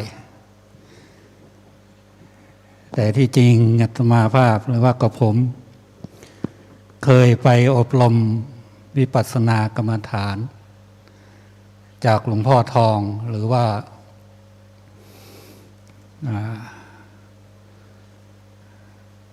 พระพรหมยานถ้าจำไม่ผิดนะหลวงพ่อทองวัดพระธาตุศรีธมทองนะอาจารย์ก็จะเรียกว่าหลวงปู่ทองก็เคยไปอบรมกับท่านประมาณครึ่งเดือนกว่านะอบรมกรรมฐานกับท่านหลังจากนั้นจบแล้วก็ไปอบรมกับนะพระนิสิตที่เรียนมจล.หรือว่ามหาจุฬาลงกรณราชวิทยาลัยวิทยาเขตวัดสวนดอกเนี่ยอบรม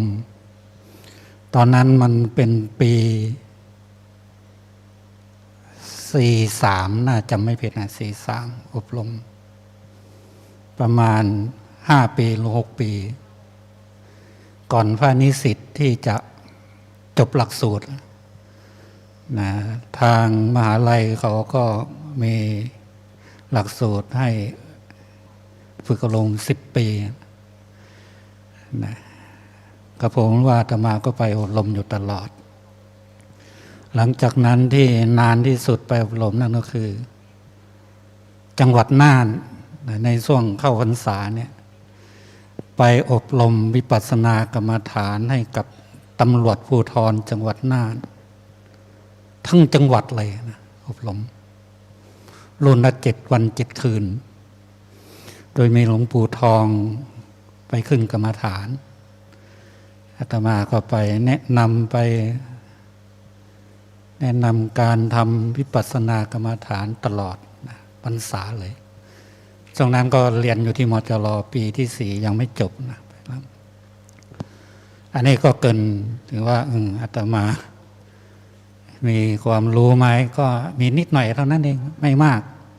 พอจะแนะนำได้นะที่จริงวันนี้เป็นวันอาสาฬหบูชาหรือว่าวันพระสงฆ์นะธรรมะกันแรกนั่นคือโอวาทปฏิโมกข์ที่พระโกณยะได้เห็นธรรมก่อนเพื่อนอาตมาจะมาได้พูดถึงเพราะเราก็ได้ยินกันมาเยอะบางคนก็ดู YouTube อะไรเนี่ยหลักสำคัญของชาวพุทธของเราพระพุทธองค์ท่านก็ตรัสว่าสาวกของท่านเนี่ยแต่ละรูปแต่ละองค์ที่ไปเผยแผ่พระศาสนาท่านก็ย้ำว่าอย่าประมาท แล้วก็ต้องทำจิตใจของเราเนี่ยให้สดใสให้ขาวผ่องเป็นเบื้องต้นอย่างชาวพุทธของเราญาติโยมนี่ถ้าเรานำหลักธรรมของพระพุทธศาสนาไปปฏิบัติใช้ในชีวิตประจำวันของเราเนี่ยจะเกิดประโยชน์มหาศาลเลยส่วนมากชาวพุทธของเราเนี่ยจะละเลยหน้าที่ของตนนะเพราะว่าปัจจุบันเนี่ยมันมีสิ่งอำนวยความสะดวกให้กับพวกเรา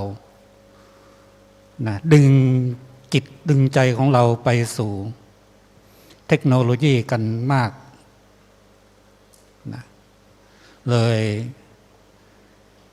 ไม่ค่อยปฏิบัติในหลักของชาวพุทธเท่าไหร่นักอาจจะมีส่วนน้อยที่ยอมเข้าวัดนำหลักประพฤติปฏิบัติไปใช้ในชีวิตประจำวันส่วนมากญาติโยมของเราเนี่ยที่เคยประสบหรือว่าเคยผ่านมาส่วนมากว่าจะพูดว่าไม่ค่อยมีเวลาท่านการงานมันเยอะจะติดปากกันพูดกันแบบนี้ว่าไม่มีเวลาแต่ที่จริงเวลามันมีเหมือนกัน24 ชั่วโมงเท่ากันหมดนะไม่ว่าพระสงฆ์คฤหัสถ์ญาติโยมตั้งแต่เจ้าฟ้ามหากษัตริย์เวลาเท่ากันหมดนะแม้แต่ในหลวงร.9ของเรานะถึงว่าท่านจะสวรรคตไปแล้วถ้าเราติดตามท่านนะท่านก็จะเป็นนักปฏิบัติตัวยงนะวันโกนวันพระนี่ท่านก็ปฏิบัติเหมือนกับญาติโยมของเราเนี่ยปฏิบัติประพฤติปฏิบัติเหมือนกับชาวบ้านธรรมดาท่านก็แม้แต่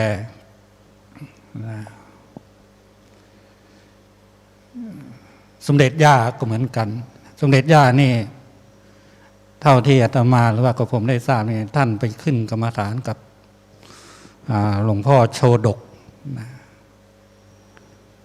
ไปขึ้นกรรมฐานกับท่านเพราะนั้นเราจะเห็นว่าแม้แต่เจ้าฟ้าเจ้าแผ่นดินของเราเนี่ยก็ปฏิบัติเหมือนกับเรานะยิ่งการประพฤติปฏิบัติในหลักสติปัฏฐาน4บางคนก็ว่าเป็นยังไงท่านสติปัฏฐาน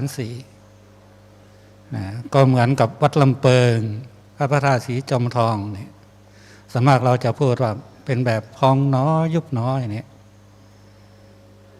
ในหลักจริงๆนั่นก็คือว่าการปฏิบัติในแนวสติปัฏฐาน4กายเวทนาจิตธรรมนี่มี4ข้อเท่านั้นเองแต่สรุป4ข้อก็มี2ข้อมีรูปกับนามถามว่าเอามาจากไหนท่านก็มาจากตัวเรานะกายเวทนาจิตธรรมกายก็คือรูปที่เรามองเห็นนะเป็นรูปเป็นร่างนะเห็นพระเป็นรูปเป็นร่างเห็นโยมเป็นรูปเป็นร่างนี่เขาเรียกว่ากายมองเห็นหรือว่าเป็นรูปนะเวทนานี่เรามองไม่เห็นนะเวทนามองไม่เห็นแต่มันจะส่งผลถึงกายหรือว่ารูปให้เรารู้สึกว่ามันปวดตรงไหนนั่งนานมันเป็นยังไงนั่งนานก็เท้าเป็นเหน็บชาปวดคนขาปวดเอวปวดหัวไหล่อันนี้เป็นเวทนามันส่งผลถึงกายให้เรารู้ว่าปวดตรงไหนจิตเนี่ยมันเป็นนามมองไม่เห็นอย่างเราคิดเนี่ยอย่างโยมนั่งหรือว่าพระภิกษุสามเณรนั่งคิดไปหลวงปู่ทองบอกว่าถ้าคิดก็กำหนดว่าคิดหนอคิดหนอคิดหนอกำหนดจนกว่าความคิดนั้นมันจะหายไปไม่ว่า15 นาที5 นาที20 นาที30 นาทีกำหนดคิดนะแต่ถ้านักปฏิบัติจริงๆแล้วถ้ากำหนดไปสักพักหนึ่งเขาก็จะเปลี่ยนไปกำหนดอย่างอื่น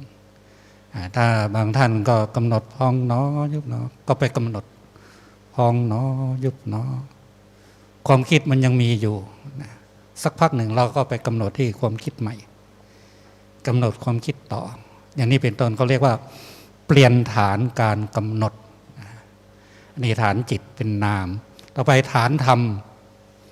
ธรรมนี่หมายถึงว่านิวรธรรมนิวรธรรมมีทั้ง5อย่างที่เราจำได้แม่นก็คือถีนมิทะความง่วงนอน อย่างนี้เป็นต้นอย่างบางคนนั่งสวัสดีปั๊บ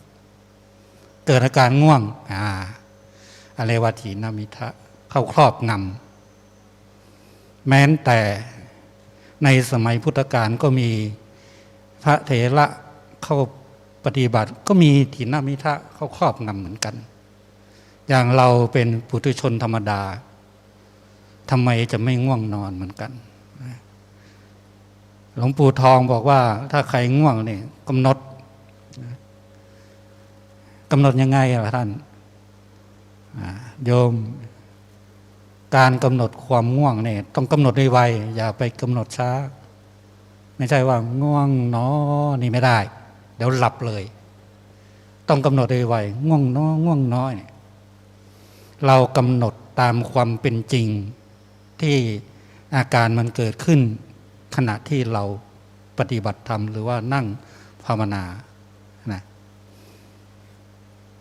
ง่วงเนาะง่วงเนาะกำหนดแล้วมันยังไม่หายมันยังง่วงอยู่หลวงปู่ทองบอกว่าเราต้องลุกเปลี่ยนฐานนะกำหนดยืนเนาะยืนเนาะเดินจงกรมยืนจงกรมแก้อาการง่วง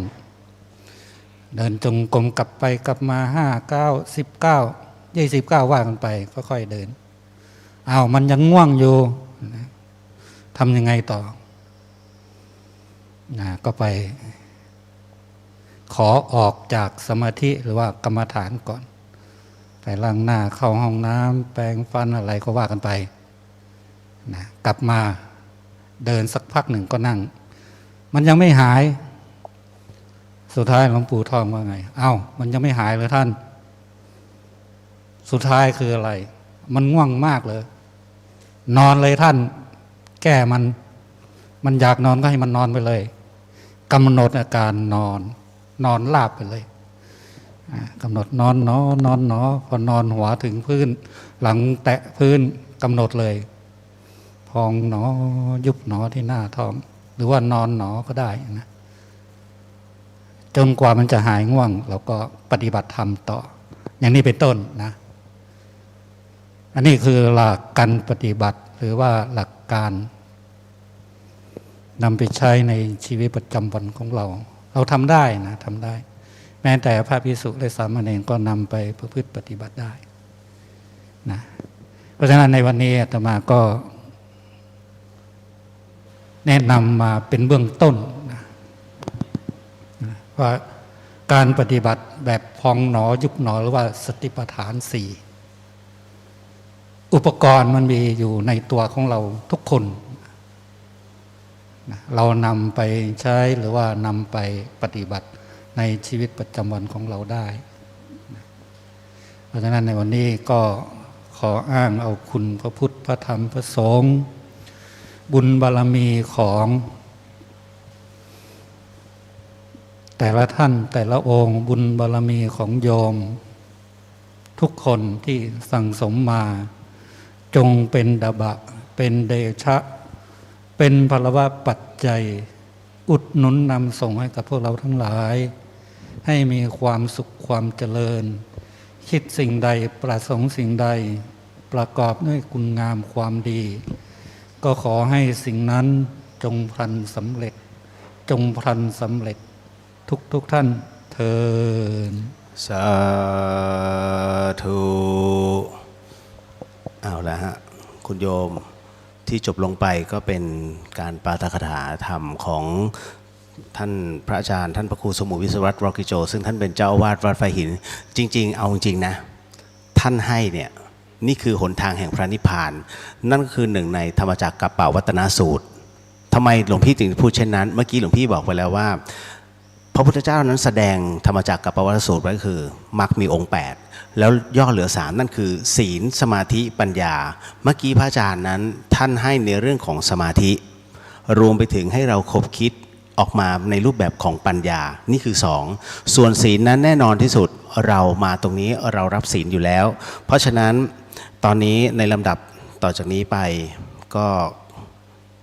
เป็นการเข้าสู่พิธีโอสีกรรมอันนี้ก็ต้องขออนุญาตครูบาอาจารย์ทั้งหมดทั้งมวลนะฮะว่าท่านใดที่อาจจะมีปัญหาเรื่องสุขภาพก็สามารถได้ตอนนี้ณบัดนี้เป็นต้นไปคุณผู้ฟังที่อยู่ทั้งทางบ้านแล้วก็อยู่ทั้งณที่ตรงนี้รวมไปถึงผู้ป่วยที่อยู่ตามวอร์ดต่างๆก็มีข้อความส่งมาเนาะว่าตอนนี้มีผู้ป่วยหลายๆท่านรอรับฟังแล้วก็รอรับปฏิบัติอยู่วันนี้แน่นอนที่สุดเราจะเข้าสู่การเข้ากรรมฐานกันหลวงพี่อยากจะขอเชิญชวนทุกท่านที่อยู่ทางบ้านเนาะตอนนี้ถ้ามีโอกาสเข้าน้ำได้เข้าน้ำแล้วก็ภายใน2 นาทีต่อไปนี้แล้วรีบกลับมาท่านใดที่อยู่ณบริเวณนี้ก็ขออนุญาตวันนี้หลายๆท่านเนี่ยเป็นกรรมฐานมากมายทั้งครูบาอาจารย์ที่อยู่ณตรงนี้ท่านก็เอกอุในเรื่องของกรรมฐานอยู่แล้วแต่ละรูปไม่ว่าจะเป็นสายพองยุบสายพุทโธหรือแม้แต่สายสัมมาอรหังแต่วันนี้หลวงพี่อยากจะให้หลายๆท่านที่อยู่บริเวณนี้ไม่เคยฝึกกรรมฐานเลยหรือเคยฝึกมาแล้วลองทดลองแบบนี้คงจะร้อนกันเนาะเพราะฉะนั้นหลวงพี่ขอตัวแทนสักคน2 คนช่วยไปหยิบน้ำที่อยู่น้ำแข็งขออภัยน้ำเย็นอะที่แช่อยู่ในตู้ที่อยู่ในลังอะเอาแจกคนละขวดคุณโยมไปหยิบเลยหยิบแจกเลยทั้งข้างนอกข้างในคุณโยมที่อยู่ข้างนอกด้วยเนาะเดี๋ยวหน้าตรงนี้ฮะ ก็ขอบพระคุณครูบาอาจารย์ที่เมตตานะครับตรงนี้ เนื่องจากว่าเดี๋ยวหลวงพี่เล่าที่มาที่ไปก่อนอย่างที่หลวงพี่บอกว่าหลวงพี่เนี่ยพาคณะต้นบุญธรรมสถานแล้วก็ญาติธรรมหลายๆคนเนี่ยไปตะเวนทั่วประเทศไทยเพื่อกราบไหว้ครูบาอาจารย์ปรากฏว่าที่ไปเนี่ยทำไมต้องไปคือหลวงพี่แค่อยากไปฟังปฏิปทาของท่านว่าท่านมีกระบวนการในเรื่องของการพิจารณาธรรมมาแบบไหนหลวงพี่ก็เลยเรียนแบบตรงนี้จนกระทั่งมีอยู่ครั้งหนึ่งหลวงพี่ไปที่อำเภอบัวเชษฐ์ไปที่วัดเขาสาราก็ไปเจอกับหลวงพ่อเยื้อนขันติพโรปรากฏว่าเห็นคณะหลวงพี่มาเนี่ยด้วยความเหน็ดเหนื่อยท่านก็บอกงี้ว่าเดี๋ยวเราจะพาขึ้นกรรมฐานภายใน1 นาทีซึ่งตรงนี้หลายคนเคยเห็นรายการแล้วเนาะมดดำพาไปมูมดดำเนี่ยถึงกับสยบ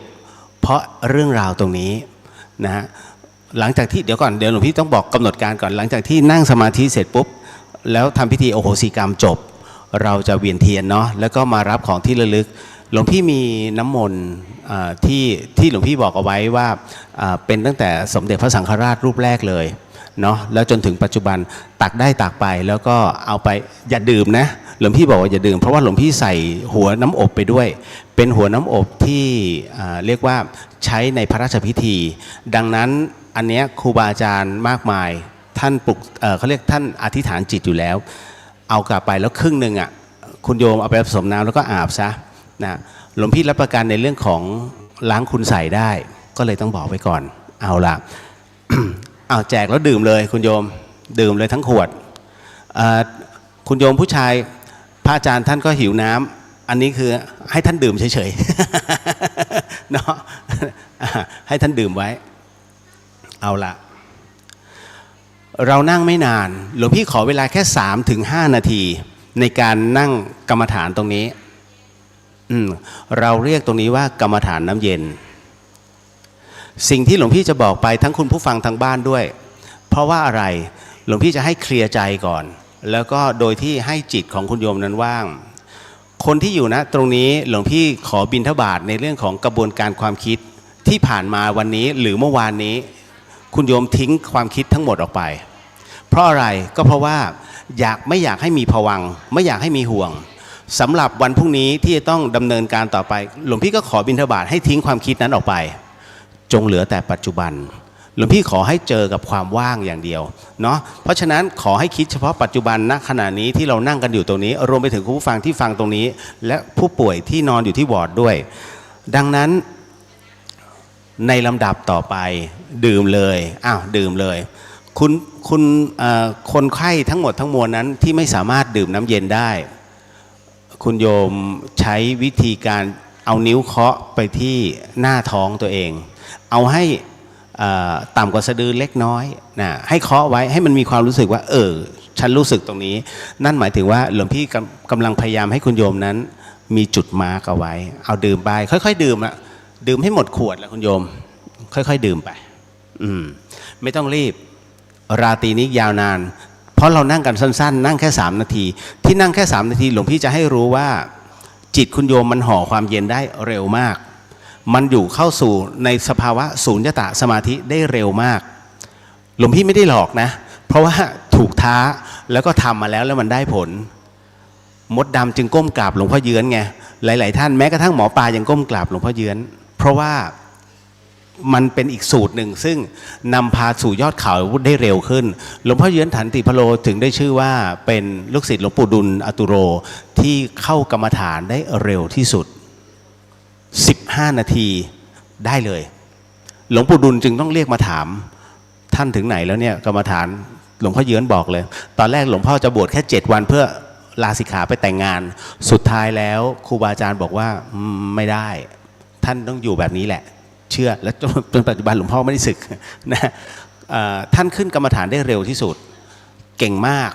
แต่ในขณะเดียวกันข้อวัดท่านไม่ได้เลยหลวงพี่ไม่ได้พูดเองนะหลวงพ่อเล่าให้ฟังบอกข้อวัดท่านไม่ได้จึงหลวงปู่ดุลเนี่ยวัดแล้วในเรื่องของส่วนของสมาธิในเรื่องของปัญญาศีลสมาธิปัญญาท่านได้แต่ข้อวัดท่านไม่ได้ท่านจึงพาไปที่วัดป่าบ้านตาดไปกราบหลวงตามหาบัวจันทสัมปันโนปรากฏว่าหลวงตาท่านขอเทสพอเสร็จปุ๊บเนี่ยหลวงตาท่านบอกโอ้ได้เพชรมันหลวงปู่ดุลได้เพชรมันเม็ดงามมันอีก1 เม็ดแล้วนั่นแหละเพราะฉะนั้นหลวงพ่อเยื้อนจึงอุปถากหลวงตามหาบัวจันทสัมปันโนหลวงตาจึงสอนข้อวัดทั้งหมดข้อวัดปฏิบัติจนถึงปัจจุบันนี้เนาะเอาล่ะเมื่อดื่มแล้วคราวนี้เวลาเราเข้าสมาธิอะไรพวกนี้แน่นอนที่สุดเดี๋ยวหลวงพี่จะบอกเป็นขั้นตอนแต่เวลาถอนสมาธิพอหลวงพี่บอกถอนสมาธิอย่าเพิ่งลืมตานะคุณโยมอย่าเพิ่งลืมตา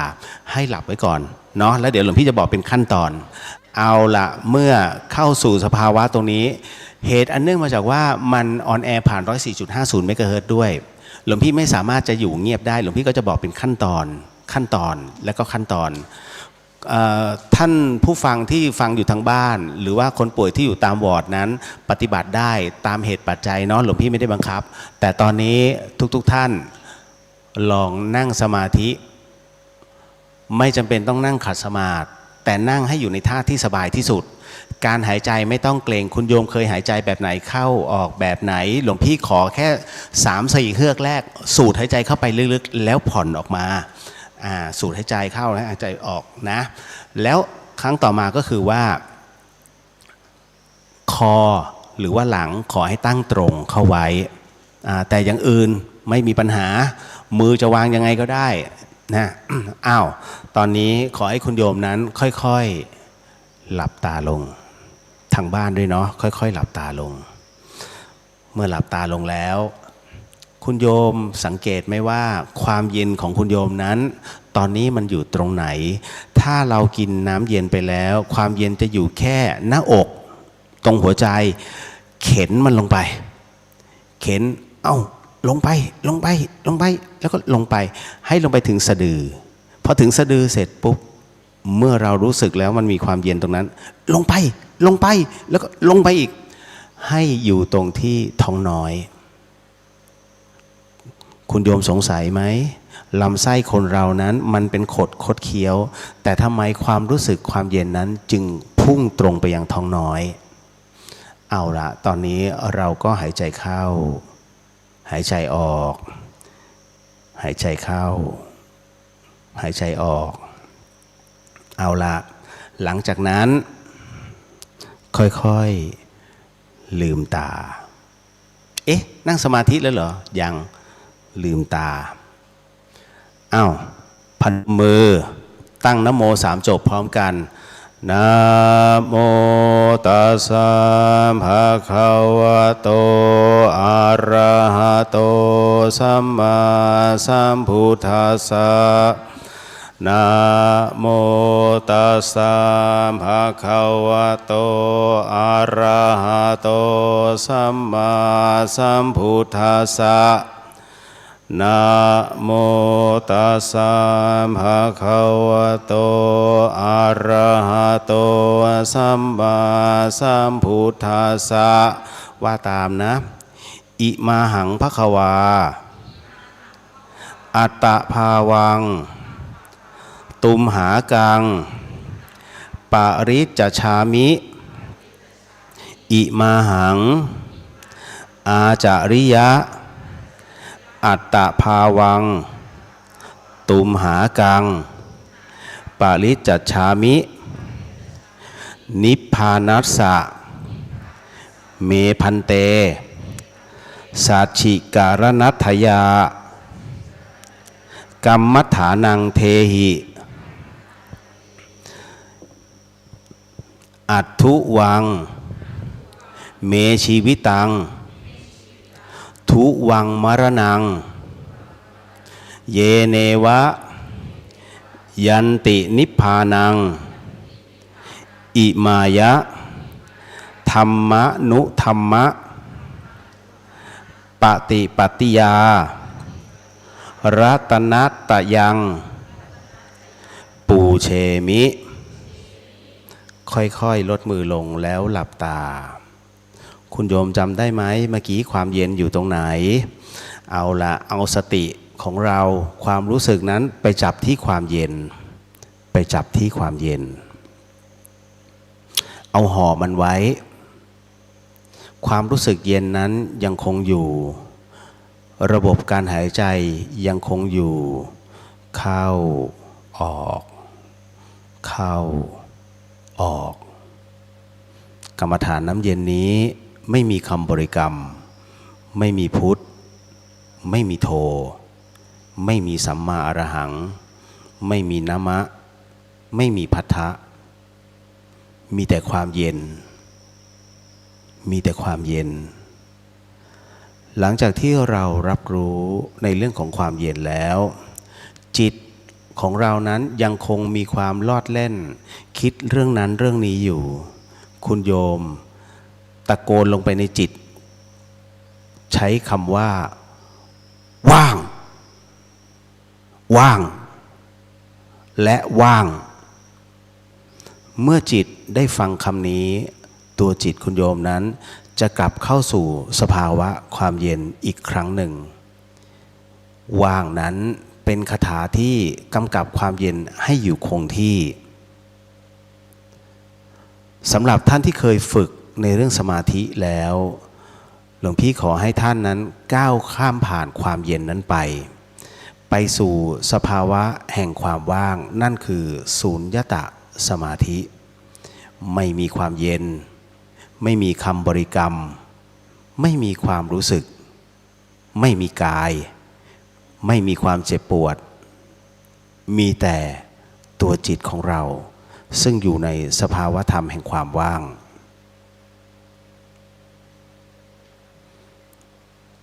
ระบบการหายใจยังคงเหมือนเดิมคุณโยมที่เป็นผู้ป่วยติดเตียงก็เช่นกันหลวงพี่ขอให้คุณโยมนั้นได้ทิ้งสภาวะแห่งความเจ็บให้ทิ้งสภาวะของความวิตกทิ้งมันไปวันพรุ่งนี้ยังมาไม่ถึงทิ้งมันไปสาเหตุที่เราเป็นเช่นนี้อยู่ผ่านมาได้อย่างไรทิ้งมันไปเข้าสู่สภาวะแห่งความว่าง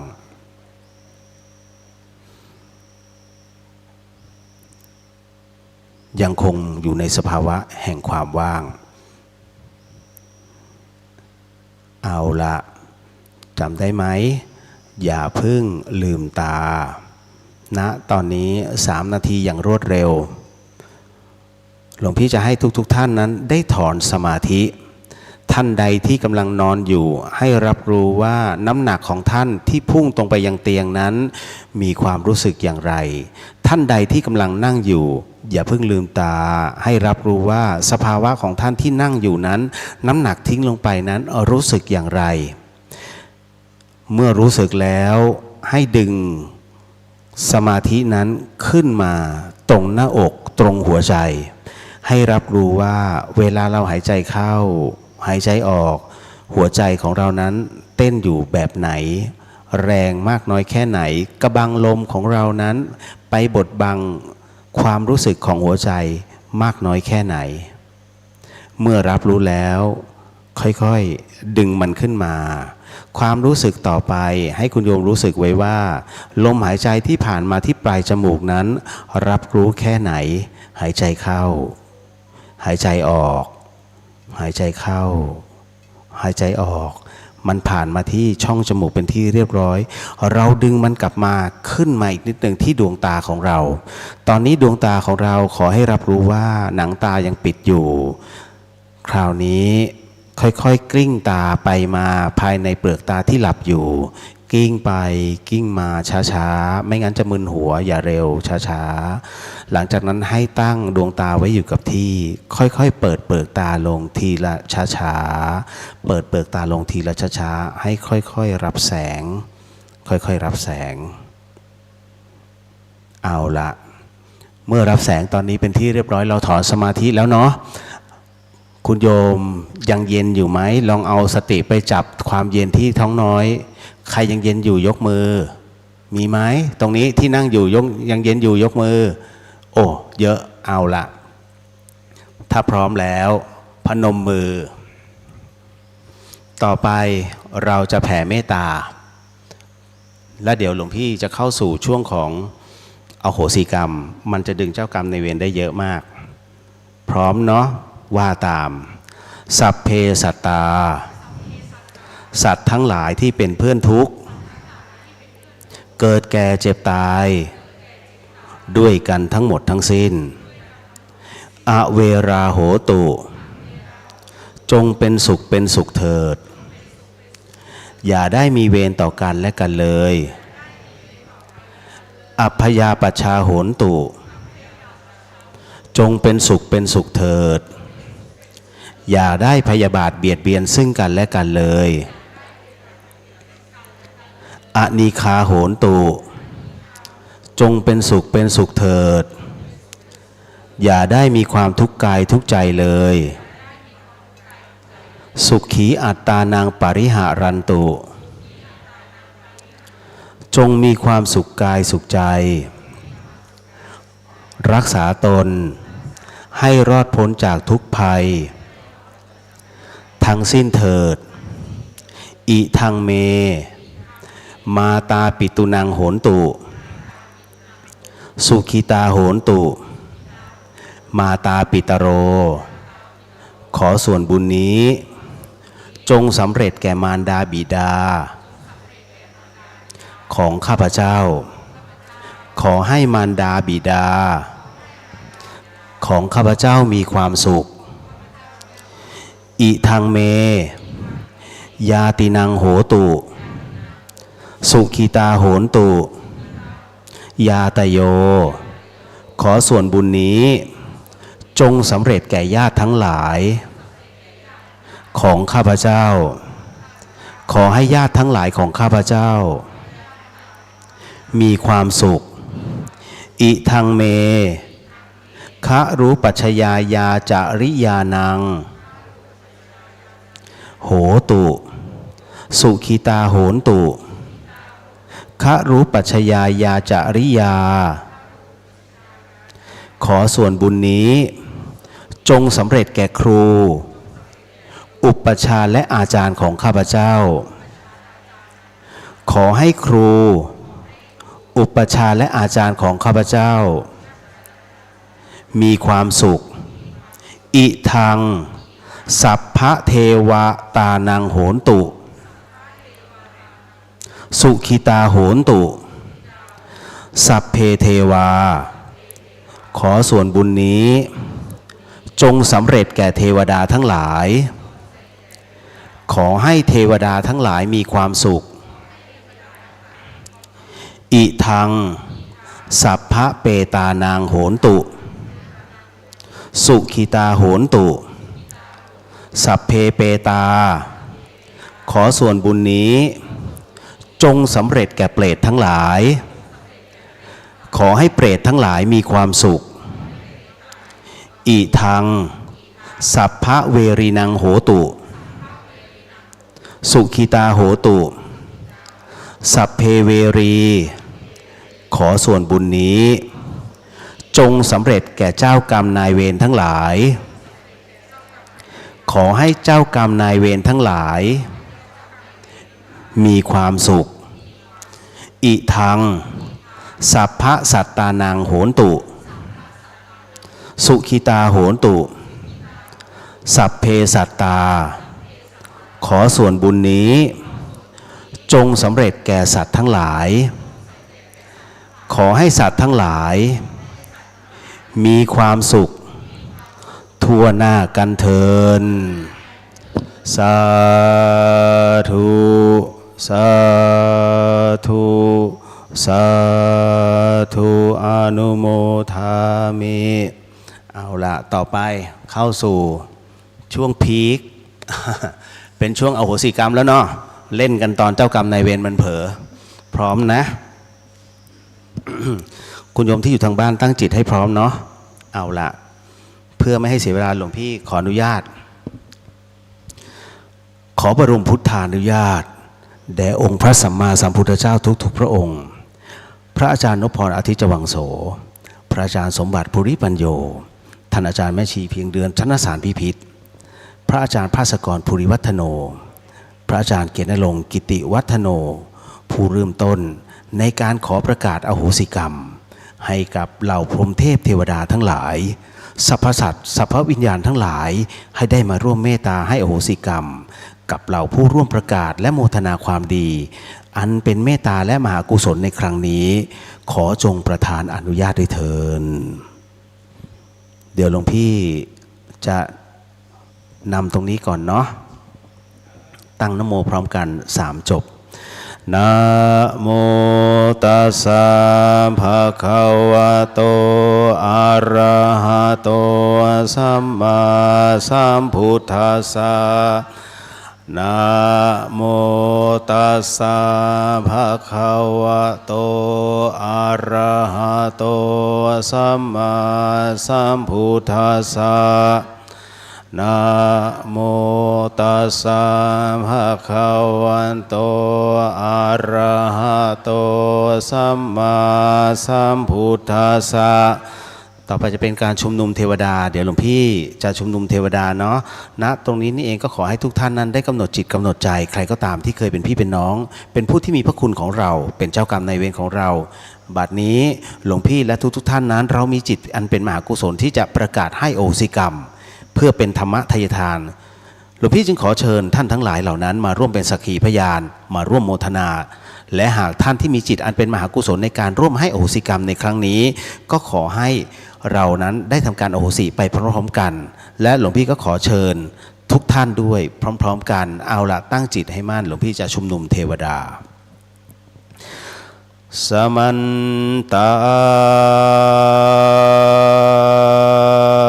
จักวาเรสุอัตราคัจฉันตุเทวตาสัทธัมมังมุนิราชสาสุนันดุมาคโมคดังสักเขกาเมจารูเปคิริสิขารดเตจันดาริเควิมาเนทีเปราเทจักขาเมนตรุวะกะกะเนเคหาวัตุมหิเคเตปุมมาจายันดุเดวั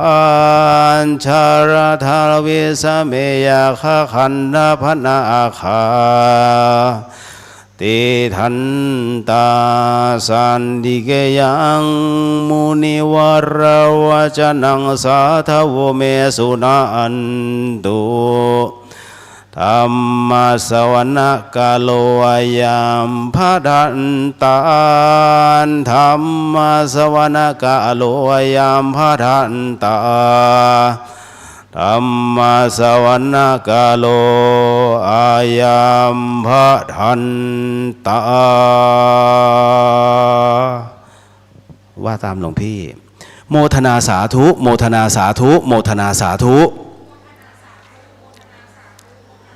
ขอพระบรมพุทธานุญาตขอพระองค์ทรงประทานพระวโรกาสให้ข้าพระพุทธเจ้าและคณะพร้อมด้วยพรหมเทพเทวดาทั้งหลายสรรพสัตว์ทั้งหลายสัพพเจ้ากรรมนายเวรทั้งหลายได้ทำพิธีขออโหสิกรรมในกรรมทั้งหลายทั้งปวงที่ข้าพเจ้าทั้งหลายได้เคยประมาทล่วงเกินแก่องค์พระศาสดาสัมมาสัมพุทธเจ้าพระธรรมเจ้าพระอริยสังฆเจ้าท่านผู้ทรงคุณพระคุณความดีและบารมีธรรมทั้งหลายด้วยกายก็ดีด้วยวาจาก็ดีหรือแม้ด้วยใจก็ดีนับแต่อดีต16อสงไขยแสนกัน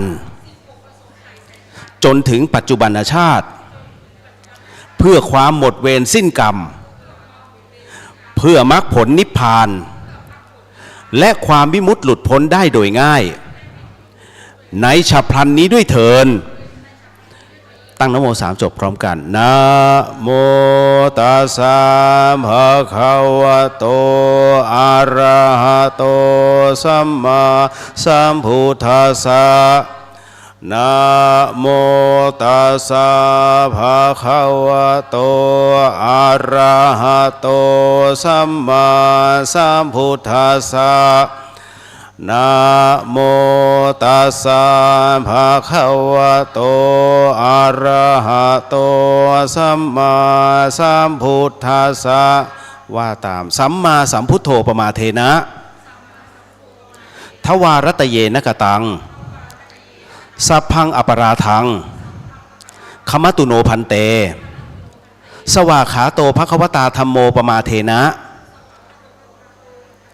ทวารตเยนะกตังสัพพังอปราทังขมตุโนพันเตสุปฏิปันโนภควโตสาวกสังโฆปมาเทนะทวารตเยนะกตังสัพพังอปราทังขมตุโนพันเตรัตนตเยปมาเทนะทวารตเยนะกตังสัพพังอปราทังขมตุโนพันเตสังโฆอริยสังโฆปมาเทนะทวารตเยนะกตังสัพพังอปราทังขมตุโนพันเตเถเรมหาเถเรปมาเทนะทวารตเยนะกตังสัพพังอปราทังขมตุโนพันเตทานบารมีทานอุปบารมีทานปรมัตถบารมีศีลบารมีศีลอุปบารมีศีลปรมัตถบารมีเนกขัมมะบารมีเนกขัมมะอุปบารมีเนกขัมมะปรมัตถบารมีปัญญาบารมีปัญญาอุปบารมีปัญญาปรมัตถบารมีวิริยะบารมีวิริยะอุปบารมีวิริยะปรมัตถบารมีขันติบารมี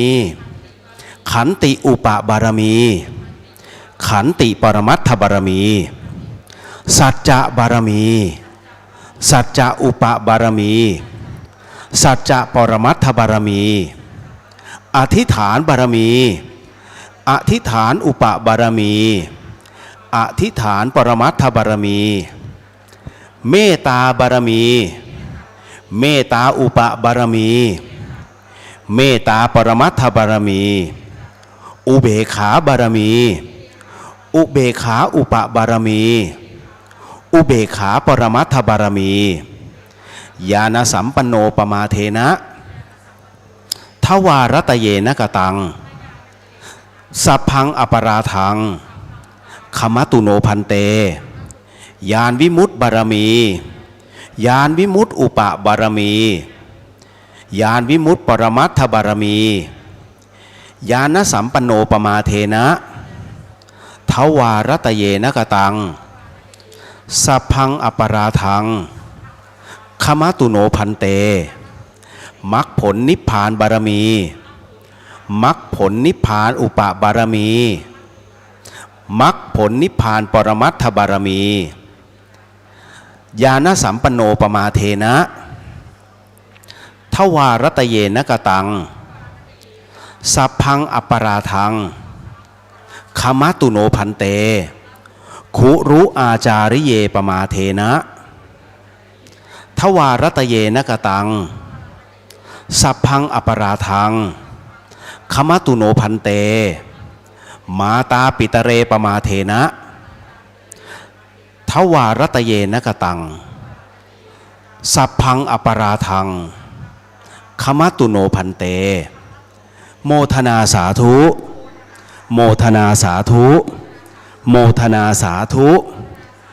ขออัญเชิญพรหมเทพเทวดาสรรพสัตว์สรรพเจ้ากรรมนายเวรทั้งหลายขอท่านทั้งหลายที่อยู่ณที่นี้จงมาณที่นี้ทั้งหมดจงมาณที่นี้ทั้งหมดจงมาณที่นี้ทั้งหมดขอพระภูมิเจ้าที่ที่ดูแลณที่นี้หรือที่พักอาศัยของทุกท่านที่ได้ชมได้ยินได้ฟังอยู่ช่วยเปิดทางด้วยขอท่านท้าวพญายมราชท่านท้าวจตุโลกบาลขอเมตตามาดูแลความเรียบร้อยขออย่าให้ใครมากลั่นแกล้งขัดขวางเมื่อมาถึงแล้วที่เป็นสัตว์ขอให้เป็นคนที่เป็นสัตว์ขอให้เป็นคนที่เป็นสัตว์ขอให้เป็นคน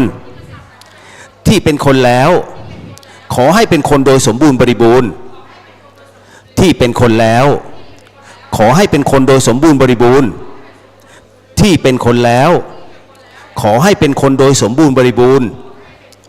ด้วยแขนขาตาหูจมูกปากลิ้นกายใจอวัยวะอาการ32ครบถ้วนด้วยแขนขาตาหูจมูกปากลิ้นกายใจอวัยวะอาการ32ครบถ้วนด้วยแขนขาตาหูจมูกปากลิ้นกายใจ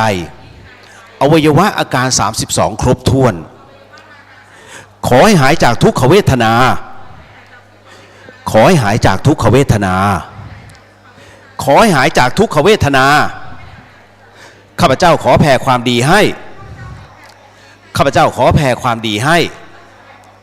ข้าพเจ้าขอแผ่ความดีให้ขอให้พูดได้ขอให้พูดได้ขอให้พูดได้ขอให้พูดภาษาไทยขอให้พูดภาษาไทยขอให้พูดภาษาไทยขอให้ฟังภาษาไทยรู้เรื่องขอให้ฟังภาษาไทยรู้เรื่องขอให้ฟังภาษาไทยรู้เรื่องขอให้สมทานศีล5ได้ขอให้สมทานศีล5ได้ขอให้สมทานศีล5ได้บัดนี้ท่านทั้งหลายไม่ได้ทำกรรมชั่วอยู่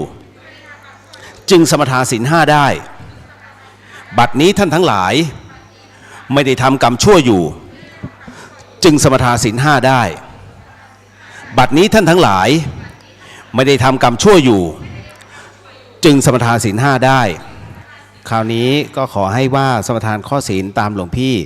เนาะทั้งสรรพสัตว์สรรพวิญญาณที่อยู่บริเวณรอบๆทั้งหลายทั้งปวงนั้นที่มาณตรงนี้และจ้องจะเล่นงานทุกท่านหลวงพี่ขอนิมนต์แล้วก็ขอบิณฑบาต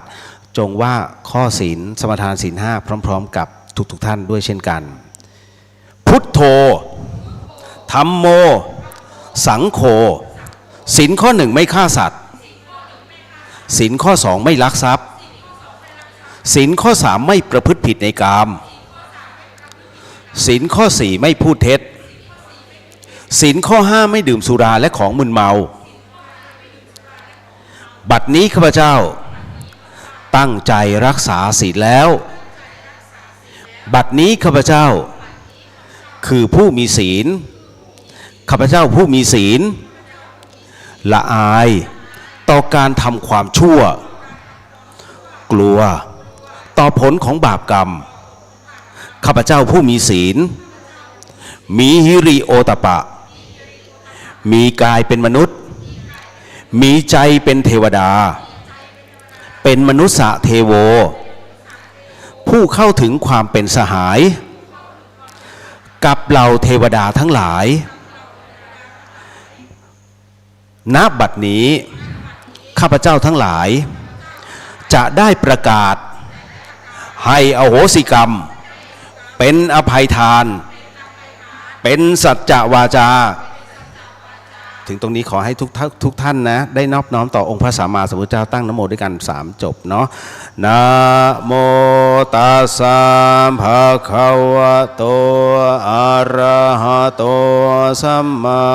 สัมพุทธัสสะนะโมตัสสะภะคะวะโตอะระหะโตสัมมาสัมพุทธัสสะนะโมตัสสะภะคะวะโตอะระหะโตสัมมาสัมพุทธัสสะต่อไปนี้ท่านใดว่าตามได้ให้ว่าตามท่านใดที่ไม่สะดวกในการว่าตามให้กำหนดจิตตามข้าพเจ้าทั้งหลายขออาราธนาองค์พระสัมมาสัมพุทธเจ้าพระธรรมเจ้าพระอริยสังฆเจ้าพระปัจเจกพุทธเจ้าพระอสีติมหาสาวกเจ้าพระอรหันตสาวกเจ้าทุกพระองค์ท่านท้าวพญายมราชท่านท้าวจตุโลกบาลพระสยามเทวาธิราชและคณะทุกพระองค์ขอจงโปรดเมตตากรุณาเสด็จมาเป็นสักขีพยานและร่วมโมทนาในการให้อโหสิกรรมแก่กันและกันและแก่ผู้ที่เคยล่วงเกินต่อข้าพระพุทธเจ้ามาแล้วทั้งหลายทั้งปวงในทุกกับทุกกันทุกอสงไขยจนถึงปัจจุบันชาติข้าพระพุทธเจ้าทั้งหลายขอประกาศให้อโหสิกรรมแก่ตัวข้าพเจ้าเองตลอดจนถึงพ่อแม่พี่น้องปู่ย่าตายายลุงป้าน้าอาบุตรธิดาภรรยาสามีลูกหลานเหลนทั้งหลายญาติมิตรสหายทั้งหลายหมู่คณะผู้ร่วมงานทั้งหลายเจ้านายลูกน้องทั้งหลายคู่แข่งคู่ขาคู่รักคู่แค้นคู่บุญคู่กรรมทั้งหลายครูบาอาจารย์ทั้งหลายอุปชาอาจารย์ทั้งหลายตลอดจนถึงพรหมเทพเทวดามนุษย์สรรพสัตว์สัพพเจ้ากรรมนายเวรสัพพวิญญาณทั้งหลายทั้งปวงทุกท่านทุกพระองค์ที่เคยเข็นฆ่าทำร้ายรังแกปล้นจี้ลักขโมยเบียดบังยักยอกข่มขืนผิดประเวณีโกหกหลอกลวงต้มตุ๋นคดโกงตระบัดสัตว์หักหลังทรยศอักตันยูเสียดสีด่าว่าบังคับฝืนใจให้กินเหล้าเมายาท ทั้งแก่ตัวข้าพเจ้าเองหรือแม้ในบุคคลและสิ่งที่ข้าพเจ้ารักหวงแหนไม่ว่าชาตินี้ภพนี้หรือในภพชาติใดๆก็ตามในทุกกับทุกกันทุกอสงไขยเจตนาหรือไม่เจตนาต่อหน้ารับหลังรู้ไม่รู้อันเป็นเหตุให้ข้าพเจ้าทั้งหลายทุกกายก็ดีทุกใจก็ดีข้าพเจ้าขอให้อโหสิกรรมและขออโหสิกรรมแก่ท่านทั้งหลายทั้งปวงจนหมดสิ้นตั้งแต่บัดนี้ตราบเข้าสู่พระนิพพานการอาฆาตพยาบาทสาปแช่งจองเวรจองกรรมใดๆที่ข้าพเจ้าได้เคยประกาศไว้หรือผูกใจเก็บไว้ในชาตินี้ภพนี้หรือในภพชาติใดๆก็ตามข้าพเจ้าขอให้อโหสิกรรมยกเลิกให้เป็นโมฆะทั้งสิ้นเพื่อให้หมดเวรสิ้นกรรมต่อกันและกันนับแต่บัดนี้ตราบจนเข้าถึงพระนิพพาน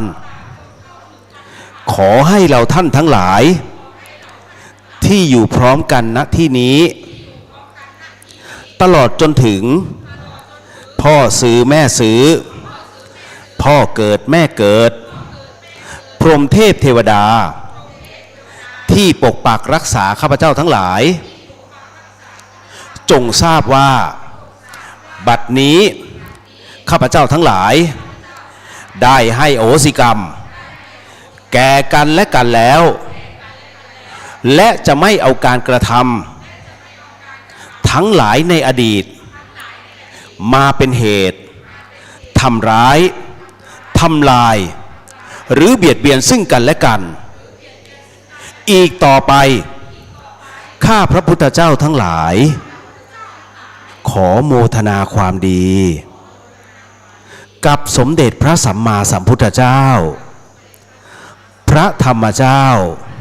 พระอริยสังฆเจ้าพระปัจเจกพุทธเจ้าพระอสีติมหาสาวกเจ้าพระอรหันตสาวกเจ้าทุกพระองค์ท่านท้าวพญายมราชท่านท้าวจตุโลกบาลพระสยามเทวาธิราชและคณะทุกพระองค์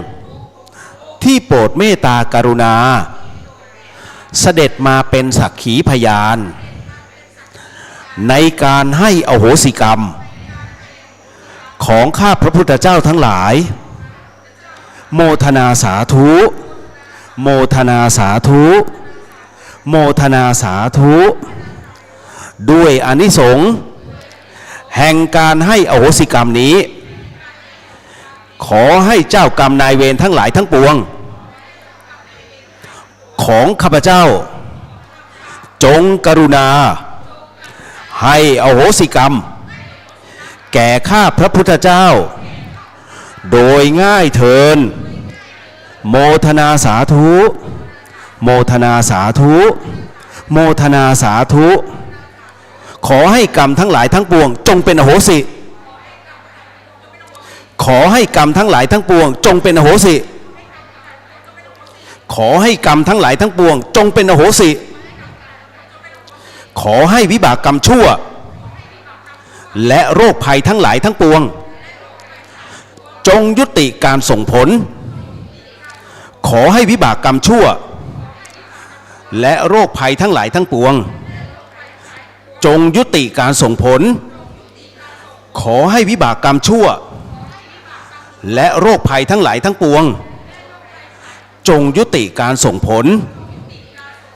ขอให้วิบากกรรมดีทั้งหลายทั้งปวงจงส่งผลสำเร็จขอให้วิบากกรรมดีทั้งหลายทั้งปวงจงส่งผลสำเร็จ ขอให้วิบากกรรมดี ทั้งหลายทั้งปวง จงส่งผลสำเร็จ โมทนาสาธุ โมทนาสาธุ โมทนาสาธุ ขอให้ข้าพเจ้า พร้อมด้วยพรหมเทพเทวดาสรรพสัตว์สรรพวิญญาณสรรพเจ้ากรรมนายเวรทั้งหลาย จงสำเร็จมรรคผลนิพพาน ในชาติปัจจุบัน โดยเร็วพลันเทิน ให้อโหสิ ให้อโหสิให้ขออโหสิ ขออโหสิ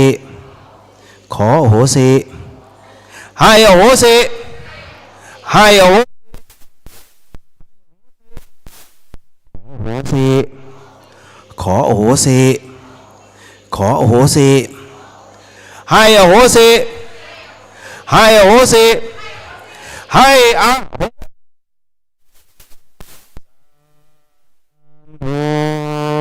สาธุสาธุอนุโมทามิ เอาละตอนนี้ก็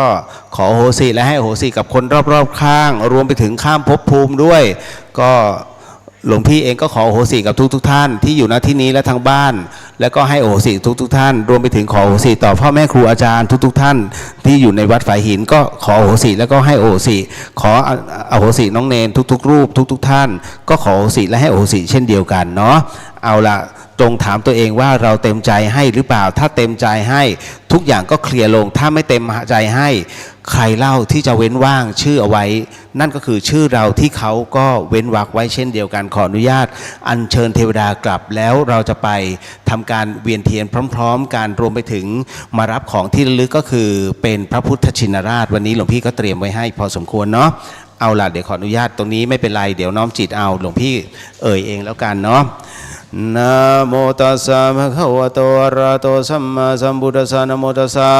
ภะคะวะโตอะระหะโตสัมมาสัมพุทธัสสะนะโมตัสสะภะคะวะโตอะระหะโตสัมมาสัมพุทธัสสะ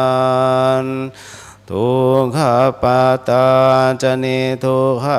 พยาปาตาจเนพยาโสกปาตาจเนโสกโหนตุสาเพปิปานิโนเอตาวตาจามเหหิสัมภตังบุญญาสัมปดังสาเพเดวานุโมดันตุสัพพะสัพปันติสิทธิยาดานังนาดันตุสานายสีรังราคันตุสาปดาภาวนาพิรตาโหตุขาชันตุเทวตาคตานสัพเพพุทธามหยาปัตตาปัจเจกานันจะยังพลังอรหันตานันจันเตเชนะราคันพันดามิสัพพะโสอ้าวโมทนาสาธุกับทุกท่านเด้อเอาล่ะเดี๋ยวก็ขออนุญาตนิมนต์พ่อแม่ครูอาจารย์ขอนิมนต์ท่านพระครูสมุวิศวัตรซึ่งท่านจะนำในเรื่องของการเวียนเทียนที่รอบพระอุโบสถเนาะฝนตกไหมเอ่ยข้างนอกฝนตกไหมจ๊ะลองเช็คให้หลวงพี่หน่อยถ้าไม่ตกเดี๋ยวเราออกไปเวียนเทียนกันเนาะเอาละดอกไม้ที่อยู่ที่บ้านของคุณโยมที่เอามาเป็นบูชากรรมฐานนั้นเนี่ยเอาไว้หน้าหิ้งพระได้เลยเนาะเอาไว้ก่อน3 วันอย่าเพิ่งทิ้งเด้อเนาะก็เดี๋ยวนิมนต์พระอาจารย์แล้วก็นิมนต์พระอาจารย์ทั้ง3 รูปเลยฮะครับต้องกล่าวเดี๋ยวนิดนึงคุณโยมหลวงพี่ลืมขอกล่าวครับโอ้ยขอโหสิครับเดี๋ยวขอกล่าวบูชาก่อนเนาะสำหรับเวียนเทียนในค่ำคืนนี้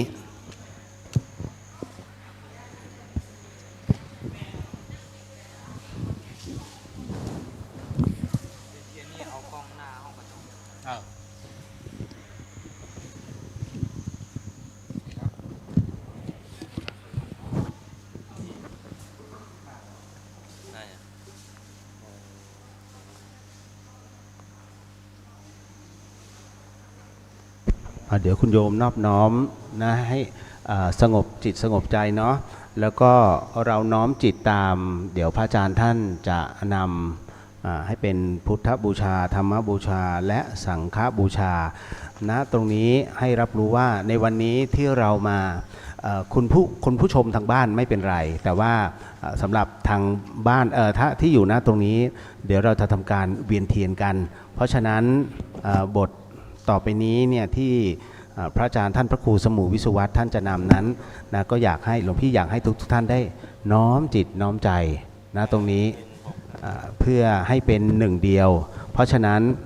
หลวงพี่จะบอกว่าเมื่อกี้ปลดได้เยอะมากเพราะมันมาจุกตรงที่ด้านหลังหลวงพี่ไม่เป็นไรเดี๋ยวขออนุญาตตอนนี้พระอาจารย์ท่านพร้อมแล้วน้อมจิตน้อมใจตามเนอะว่านะโมสามจบพร้อมกันเนาะนะโมตัสสะภะคะวะโตอะระหะโตสัมมาสัมพุทธัสสะนะโมตัสสะภะคะวะโตอะระหะโตสัมมาสัมพุทธัสสะนะโมตัสสะภะคะวะโต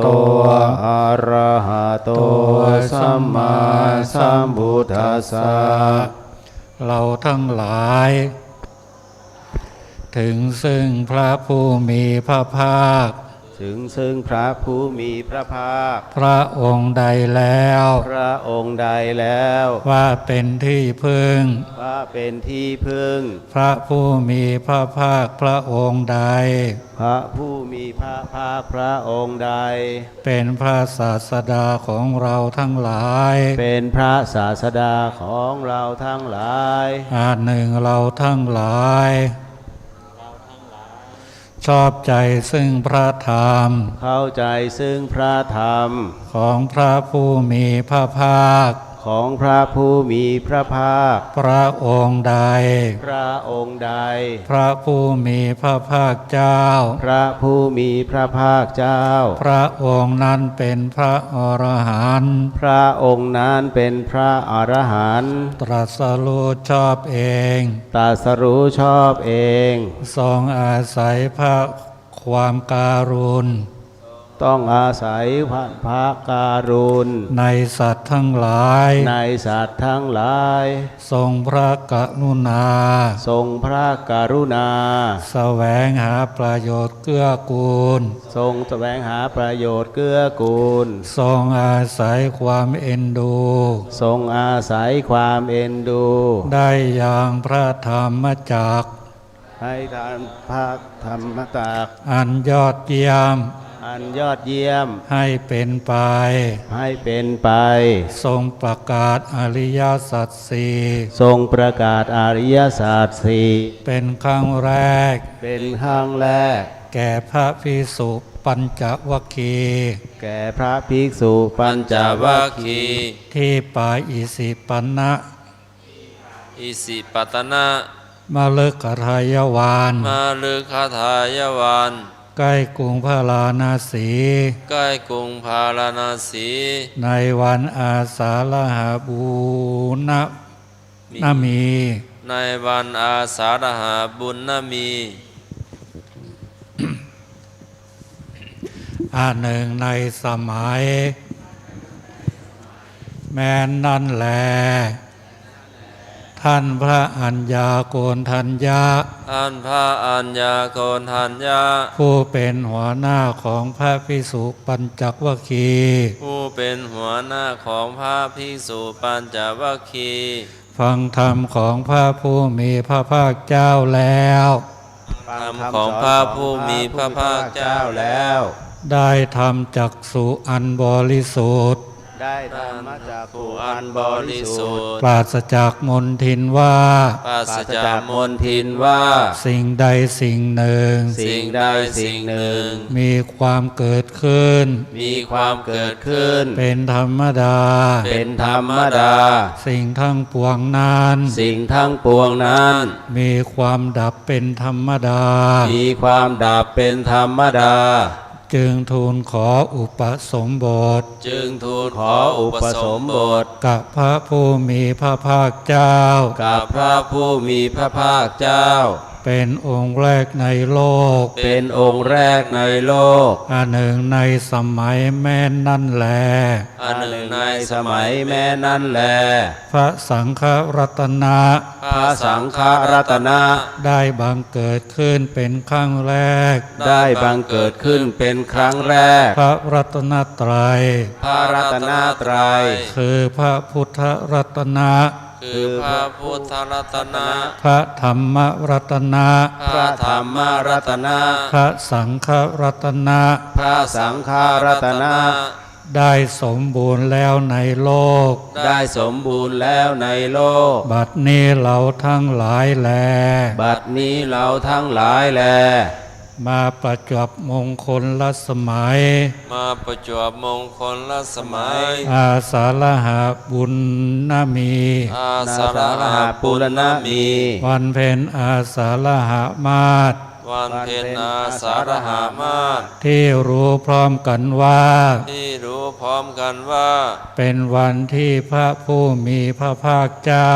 เป็นวันที่พระผู้มีพระภาคเจ้า พระองค์นั้น พระองค์นั้น ทรงประกาศพระธรรมจักร ทรงประกาศพระธรรมจักร เป็นวันที่เกิดขึ้นแห่งพระอริยสาวก เป็นวันที่ตื่นขึ้นของอริยสงฆ์สาวก และเป็นวันที่พระรัตนตรัยสมบูรณ์ และเป็นวันที่พระรัตนตรัยสมบูรณ์ คือครบสามรัตนะ คือครบสามรัตนะ จึงมาประชุมกันแล้ว จึงมาประชุมกันแล้ว ณที่นี้ หน้าที่นี้ ถือสักการะเหล่านี้ ถือสักการะเหล่านี้ ทำกายของตน ทำกายของตน ให้เป็นดังภาชนะ ให้เป็นดังภาชนะ รับเครื่องสักการะ รับเครื่องสักการะ ระลึกถึงพระคุณ ระลึกถึงพระคุณ ตามเป็นจริงทั้งหลาย ตามเป็นจริงทั้งหลาย ของพระผู้มีพระภาคเจ้านั้น ของพระผู้มีพระภาคเจ้านั้น จากทำประทักษิศีล ตามคำประทักษิณ สิ้นวาระ3 รอบ เส้นวาระ3 รอบ ซึ่งพระสถูป ซึ่งพระสถูป พระพุทธปฏิมา พระพุทธปฏิมา บูชาอยู่ บูชาอยู่ ด้วยสักการะ ด้วยสักการะ อันถือไว้แล้วอย่างไร อันถือไว้แล้วอย่างไร ข้าแต่พระองค์ผู้เจริญ ข้าแต่พระองค์ผู้เจริญ ขอเชิญพระผู้มีพระภาคเจ้า ขอเชิญพระผู้มีพระภาคเจ้า แม้เสด็จปรินิพพานนานมาแล้ว แม้เสด็จปรินิพพานนานมาแล้ว ยังปรากฏอยู่ ยังปรากฏอยู่ ด้วยพระคุณอันพระคุณสมบัติ ด้วยพระคุณด้วยพระคุณสมบัติ อันข้าพระพุทธเจ้าทั้งหลาย อันข้าพระพุทธเจ้าทั้งหลาย จึงพึงรู้โดยพระ จะพึงรู้โดยความเป็นอติ จึงรู้โดยความเป็น จึงรู้ด้วยความเป็น อดีตาลม อติตาลม จึงทรงรับ จึงทรงรับ เครื่องสักการะ เครื่องสักการะ อันข้าพระพุทธเจ้าทั้งหลาย อันข้าพระพุทธเจ้าทั้งหลาย ถือไว้แล้วนี้ ถือไว้แล้วนี้ เพื่อประโยชน์ เพื่อประโยชน์ เพื่อความสุข เพื่อความสุข แก่ข้าพระพุทธเจ้าทั้งหลาย แก่ข้าพระพุทธเจ้าทั้งหลาย สิ้นกาลนานเถิด สิ้นกาลนานเทิน กราบ3 ครั้ง กราบ กราบ กราบ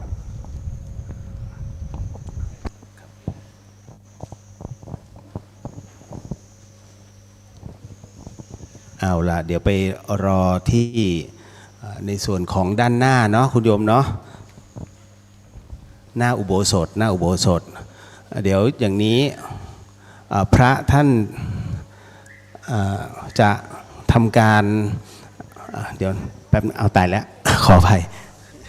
กล้องมันบิดมาทางหลวงพี่ คืออย่างนี้เดี๋ยวให้พระท่านเดินนำก่อนเนาะ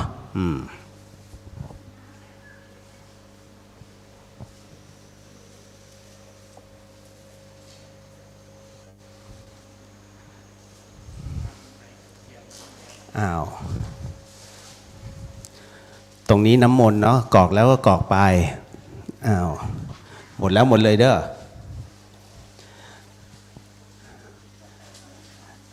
ขวดน้ำที่วางอยู่4 ขวดนะน้ำมนต์เนาะ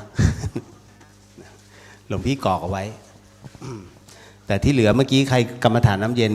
นั่นแหละกรอกไปเลยอย่าดื่มนะโยมเพราะว่ามันมีส่วนผสมของน้ำอบลมไว้เขียนไว้เลยนะอันนี้เป็นน้ำมนต์ตั้งแต่ต้นกรุงรัตนโกสินทร์รวมไปถึงพระเดชพระคุณวัดท่าซุงหลวงพี่ใส่หมดเลยมวลสารทั้งหลายใส่อยู่ในนี้หมดเนาะแม้แต่ธรณีสารเนี่ยเขาเรียกน้ำมนต์ธรณีสารเนี่ยเอาไว้สำหรับล้างพิษหรือว่าล้างสิ่งชั่วร้ายนะหรือว่าคุณไสยต่างๆนานานั่นแหละก็สามารถอยู่ในนี้หมดแล้วหมดเลยเด้อ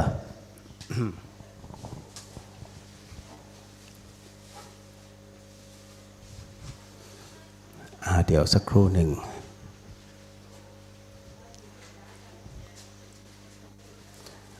พระอาจารย์ท่านเดินนำไปทางนู้นเลยเสร็จแล้วไปตรงนู้นเดี๋ยวมากรอกได้เอาน่ะไม่หมดแค่นี้หรอก ฝนตกถ้าฝนตกอาจารย์เวียนข้างในเนาะเวียนด้านในศาลาเอาละงั้นเดี๋ยวเราจะมาเริ่มเดินเวียนกันภายในศาลาอเนกประสงค์ตรงนี้เวียนปะทักษิณเนาะคุณโยมเนาะงั้นเดี๋ยวเรามาเริ่มต้นตรงหน้าพระพุทธรูปองค์พระสัมมาสัมพุทธเจ้าบอกแล้วว่าทุกอย่างเรามีแผน1และแผน2เสมอเพราะฉะนั้นน้องเนนก็บอกสบายเลยไม่ต้องไม่เลื่อนกล้อง เนาะ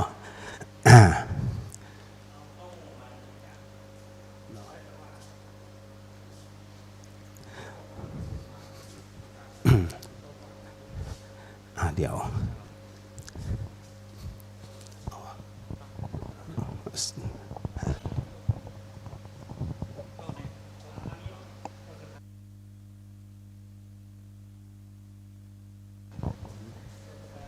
เดี๋ยวคุณโยมเดี๋ยวเข้ามาตรงแป๊บนึงเดี๋ยวขอหลวงพี่จัดสถานที่ไม่เป็นไรพระพิรุณท่านทำอะไรเราไม่ได้ เนาะเพราะฉะนั้นพระพุทธรูปองค์กลางน้องเนนนั่นน่ะ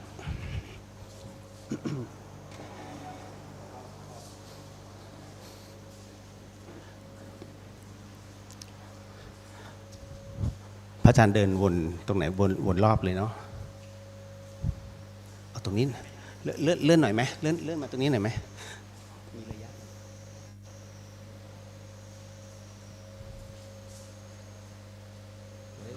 เดินเวียน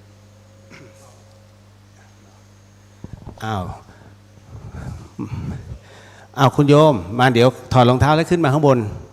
ต่อพระเลยนะวันนี้เราเวียนเป็นครั้งแรกเนาะของวัดฝายหินปกติเราก็จะทำอย่างนี้ที่ธรรมสถานเช่นกันถ้าใต้ลานโพนั้นไม่สามารถก็จะตรงนี้มาพร้อมกันพร้อมให้ปิดพัดลมใช่ไหมเดี๋ยวไฟเนี่ยหลวงพี่ท่านปิดแล้วถ้าพร้อมแล้วมาขออนุญาตครับด้วยกันนะ2 เสียง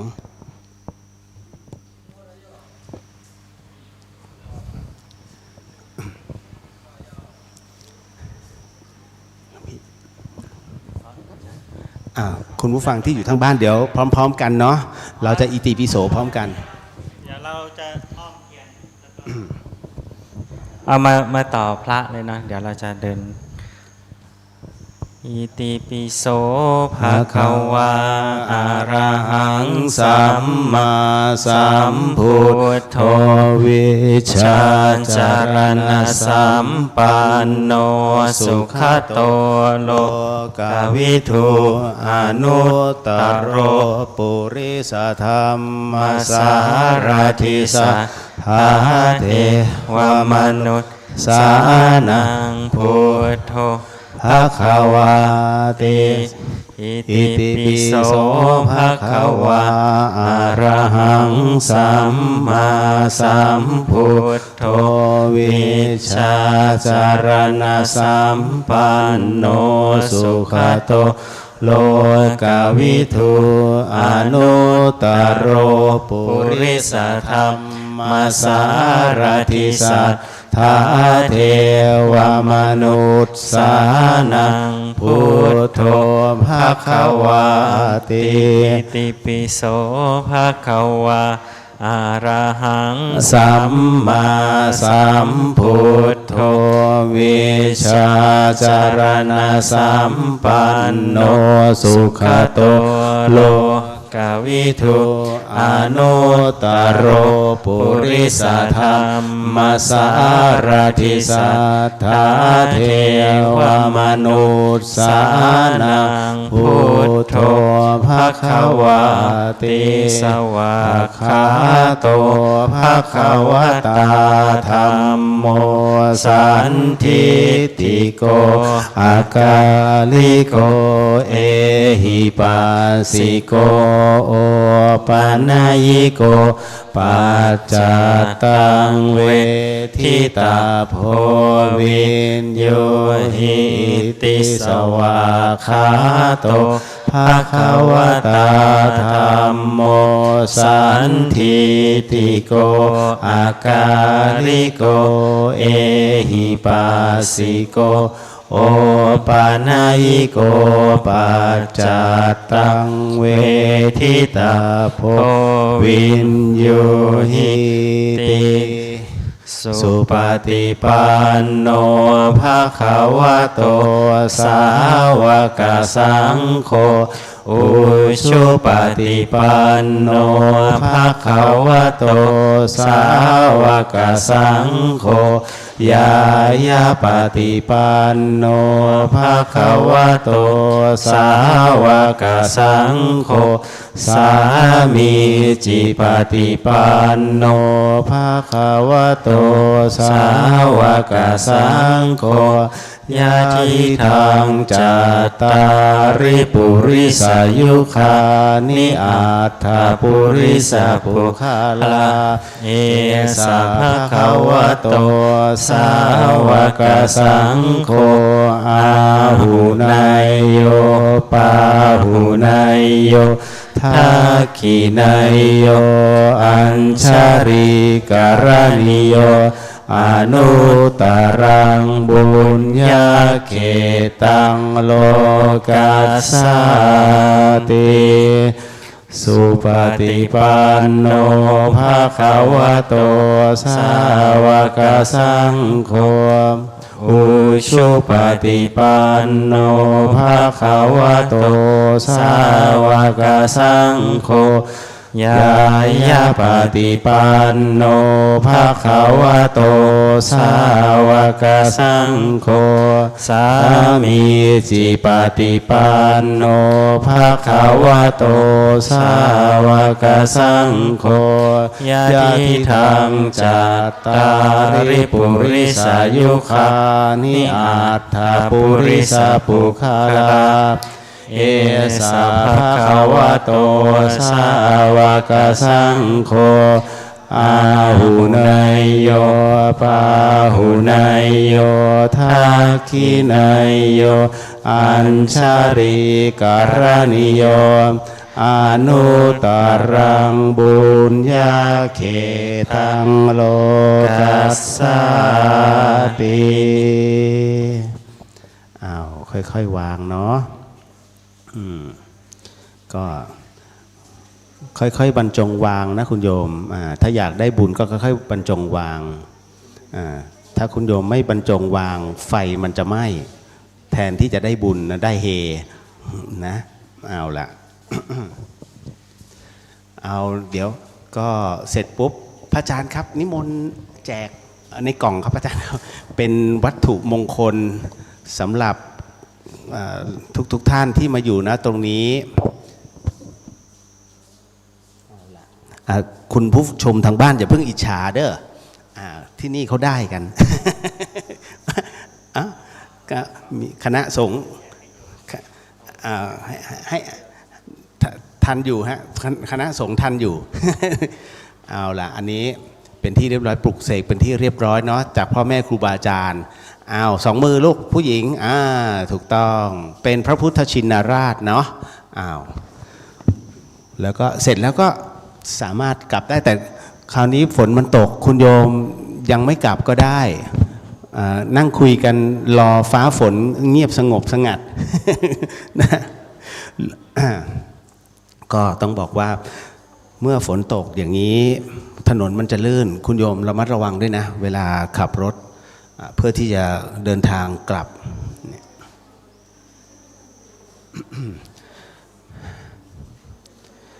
ภาพที่คุณโยมเห็นอยู่ตรงนี้แหละเนาะเป็น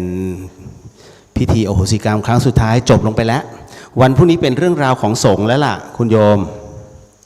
เนาะต้องตั้งนี้ใช่ไหมวันพรุ่งนี้จะเป็นการวันเข้าพรรษาก็จะเป็นรูปแบบที่เป็นพิธีสงฆ์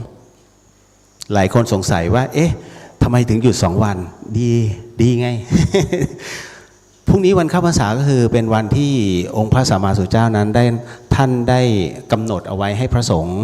ได้อยู่กับพื้นเรียกว่าอยู่กับที่นะเป็นจำนวน1 ไตรมาสเพราะว่าจากเหตุที่มีองค์พระสงฆ์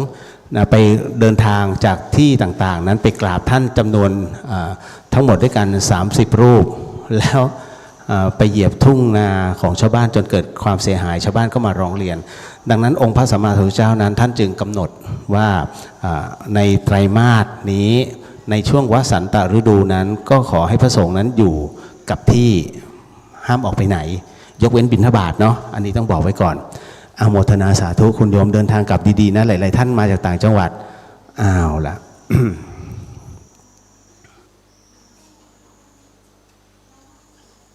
เอาวันนี้เดี๋ยวเฮียนงด ไม่ไหวเจริญพรเอาภาพที่เห็นนั้นก็ขออโหสิแล้วให้อโหสิทุกท่านเนาะหลวงพี่ต้องขออภัยที่ไม่สามารถจะอ่านคอมเมนต์ของทุกท่านได้งั้นเดี๋ยวเอาไว้เราเจอกันอีกทีหนึ่งในช่วงของวันธรรมดางั้นตอนนี้เดี๋ยวให้ดูบรรยากาศไปก่อนแล้วก็ฟังบรรยายไปก่อนแล้วเดี๋ยวค่อยว่ากันพระอาจารย์กำลังแจกโอ้โมทนาสาธุเป็นสมุนไพรเนาะกระเทียมดำตายแล้วอ๋อเดี๋ยวได้เลยหลวงพี่เป็นโรคหนึ่งคือแพ้กระเทียมแต่ว่าเดี๋ยวยังไม่เคยลองแต่ว่าคราวนี้มีพระสงฆ์ที่ท่านมีโรคภัยอยู่แต่ว่าท่านก็ต้องการในส่วนของสมุนไพรตรงนี้ขออนุญาตแบ่งไม่ใช่ให้ทั้งหมดไงหลวงพี่งก เนาะโอ้ขอบพระคุณมากเอาเหรออันนี้คือน้ำผึ้งเนาะเป็นปล่อยให้มันเน่าหัวดำอ๋อนึกว่าปล่อยเน่า อ๋อก็คือเป็นหม้อความดันใช่ไหมนั่นน่ะหลวงพี่แกะเลยได้ป่ะขออนุญาตเนาะนี่เลยหลวงพี่แนะนำเนาะโอ้ดีจังเดี๋ยวแป๊บหนึ่งคือท่านเจ้าอาวาสอยู่ตรงนี้เป็นโอ้โหพอดีเลยพี่อุทิศหลวงพี่ขออันนี้ถวายท่านเจ้าอาวาสนั่นแหละเพราะเป็นสมุนไพรต้องแจกจ่ายหลวงพี่เก็บไว้อันเดียวก็พออีก2 อันนี้จะมีพระที่ท่านอาพาธอยู่นะตรงนี้เป็นกระเทียมดำนะฮะ พระอาจารย์โอปออยู่ไหมเนี่ยหลวงพี่โอปอครับ ผมนี่เลย ท่านเหมือนนึกอะไรปุ๊บได้ตามนั้น ผมถวาย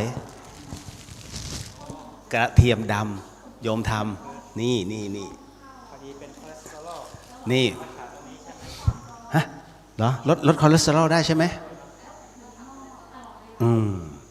ดีเลย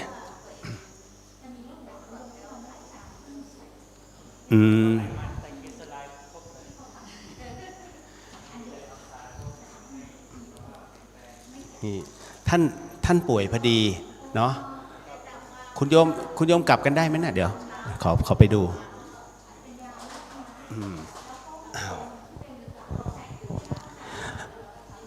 เดี๋ยวจะตัดเข้าสู่รายการปัจจุบันเนาะเดี๋ยวขอพี่ตัดรายการสดก่อนเอาน้องเนียนเปิดเพลงไปก่อนเนาะแล้วพบกัน